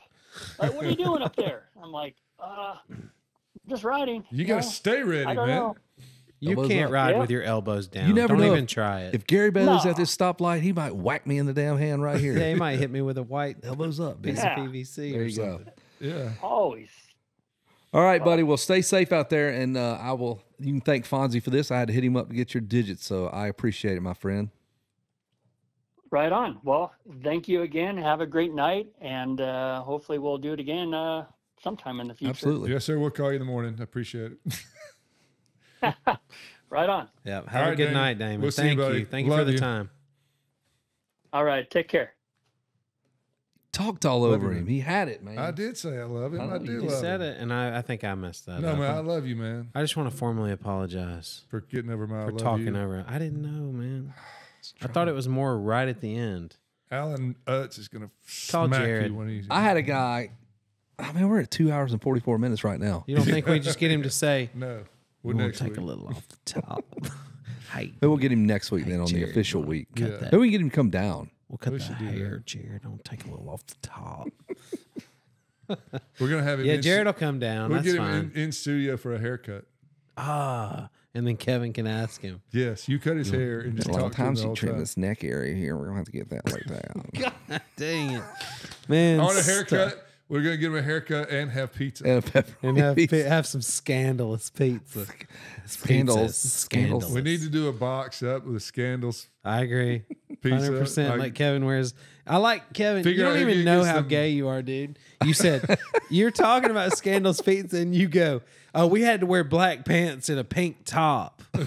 Like what, I had to dude? wear- Hey, man, pass me my top. I need to put on It's my not even a top. He goes, My "I want blouse. my blouse." Stop it, dude. I can't. Nick, you mind going over there and getting my top? I gotta get I'm my used to blouse it, man. ironed. But Kevin's always like, dude, throw me that Fast House blouse. Yeah, stop it with the blouses, man. My top. Yeah, man. That's Man. a cool top you got on. That is a Like, nice top. Yeah, what that's so top you nice. talking about? Do you have Coke or regular Coke or diet or what? What are you drinking? Coca-Cola. So we need to. Coca-Cola. Who's got the most plain pizza box we can order, and then we just Scandals. put Right. scandals Put the new on it. logo. Or Go pizza on. scandalous. How funny would it be to have Jared come in and not tell him, and then have a scandals pizza box? Just wait and see what he does. That was so All good. right, that's easy. That's a pretty easy thing to do. So the guy did message me. He went through some of the stuff these dudes are doing. If you look on our YouTube, whatever, not channel, but whatever Verb puts our YouTube videos, this dude breaks down the Bob Hannon interview. He's got it minute by minute what the topics were. Talking about being in a dress, hating Rick John, whatever. He just has it. Oh, I haven't 15 seen different this. things he did in the comments section. So you can watch the shorts. well, you click on them. And he doesn't have it broke down and clipped, but he has it timelined where if you want to skip right to this. When Bob Trana, y'all kept calling him Bob Traney. Bob Tranny. Yeah. I'm like, this dude's gonna come through the phone. I will and kill kill you. us You better in be about glad I'm half a second. nice guy. So he'll I whoop just your love ass. the fact that like we're just you never call him by his name. It's always Bob Hanna. Yeah, Bob Hanna. It's Bob Hanna. Spell Hey, it backwards so anyway, Bob either Hanna. way. Tell me that story, Bob Hanna. Dude, I sat to his left at that dinner and he did not remember it. And didn't want to. Yeah, he's like, okay. I mean, Cool. If you say so, man, I spent $5,000 sitting next to you. Whatever, yeah, dude. Yeah, Bob. Hey, man, that Anyway. was. Hey, Remember Bob, that? Hey, Bob Hanna, you No? remember when I sat next to you? Remember that time, Bob Hanna? He's like, hey, Bob Hanna, ooh, you remember that time right there? What was up Stuff and there? things All and- them people was talking stuff, and all them people was talking about stuff on things and stuff on it. I figure we might get a little flack And for you that. had the 'cause spaghetti, Bob Hanna. You remember that was Bob Hanna? Yeah, Bob Hanna. You said them noodles was delicious, but you could do without all that sauce and light on the Parmesan, please, for Bob Hanna. stuff on things. Man, I got hung up on stuff on things. I mean, I must have said that all week long in my head. You said it to me. Just over be the driving phone. It's down the hilarious. road. Man, stuff on things and stuff it. Stuff on it just makes no sense. Yeah. So the one guy has kept up with how many times you've told people you love them. I love it. He's like, you need to tell Nick to step like. I think the win losses. I think you're catching up. I think we got more I'm love. coming There's back not now. been most people are very uncomfortable with that statement. Yeah, but Nick will do it either way, comfortable or not. Well, so he's, you're getting it. He don't care. You meet It's me, like a lady friend. You're getting it no matter what. If you're I'll not tell you comfortable in or not. person. Yeah, he will.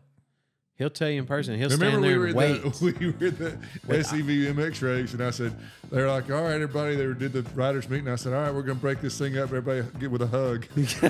All right, I guess we're And doing they this. got to be 8 seconds too. Hold They it. ain't no just Make eye little- contact, No too. side hugs. 8 Mississippi, and you can't go left side to left side because you have to go the right side. And that Right way you're to left. touching hearts. Straight, Yeah, you want- touch hearts together. Yes. You want them titties mashing Glad I up. wasn't in Nashville. That girl would have killed Oh, me. she'd have let the air out of you, dude. That thing would have punctured. Nick would have. He'd be flying all over the air. All right, I think we're good to end it right there. That is it. We'll call it the 1 year anniversary show ish this week and next If week. we It'll can be get 2 shows. Jared. That's right. It's got to be Jared. We got to All work right. on that right Jared. And Love your pink y'all. top. Don't forget your pink top. We love all y'all. now. Bye, y'all. all y'all. Love all Stuff y'all. and things.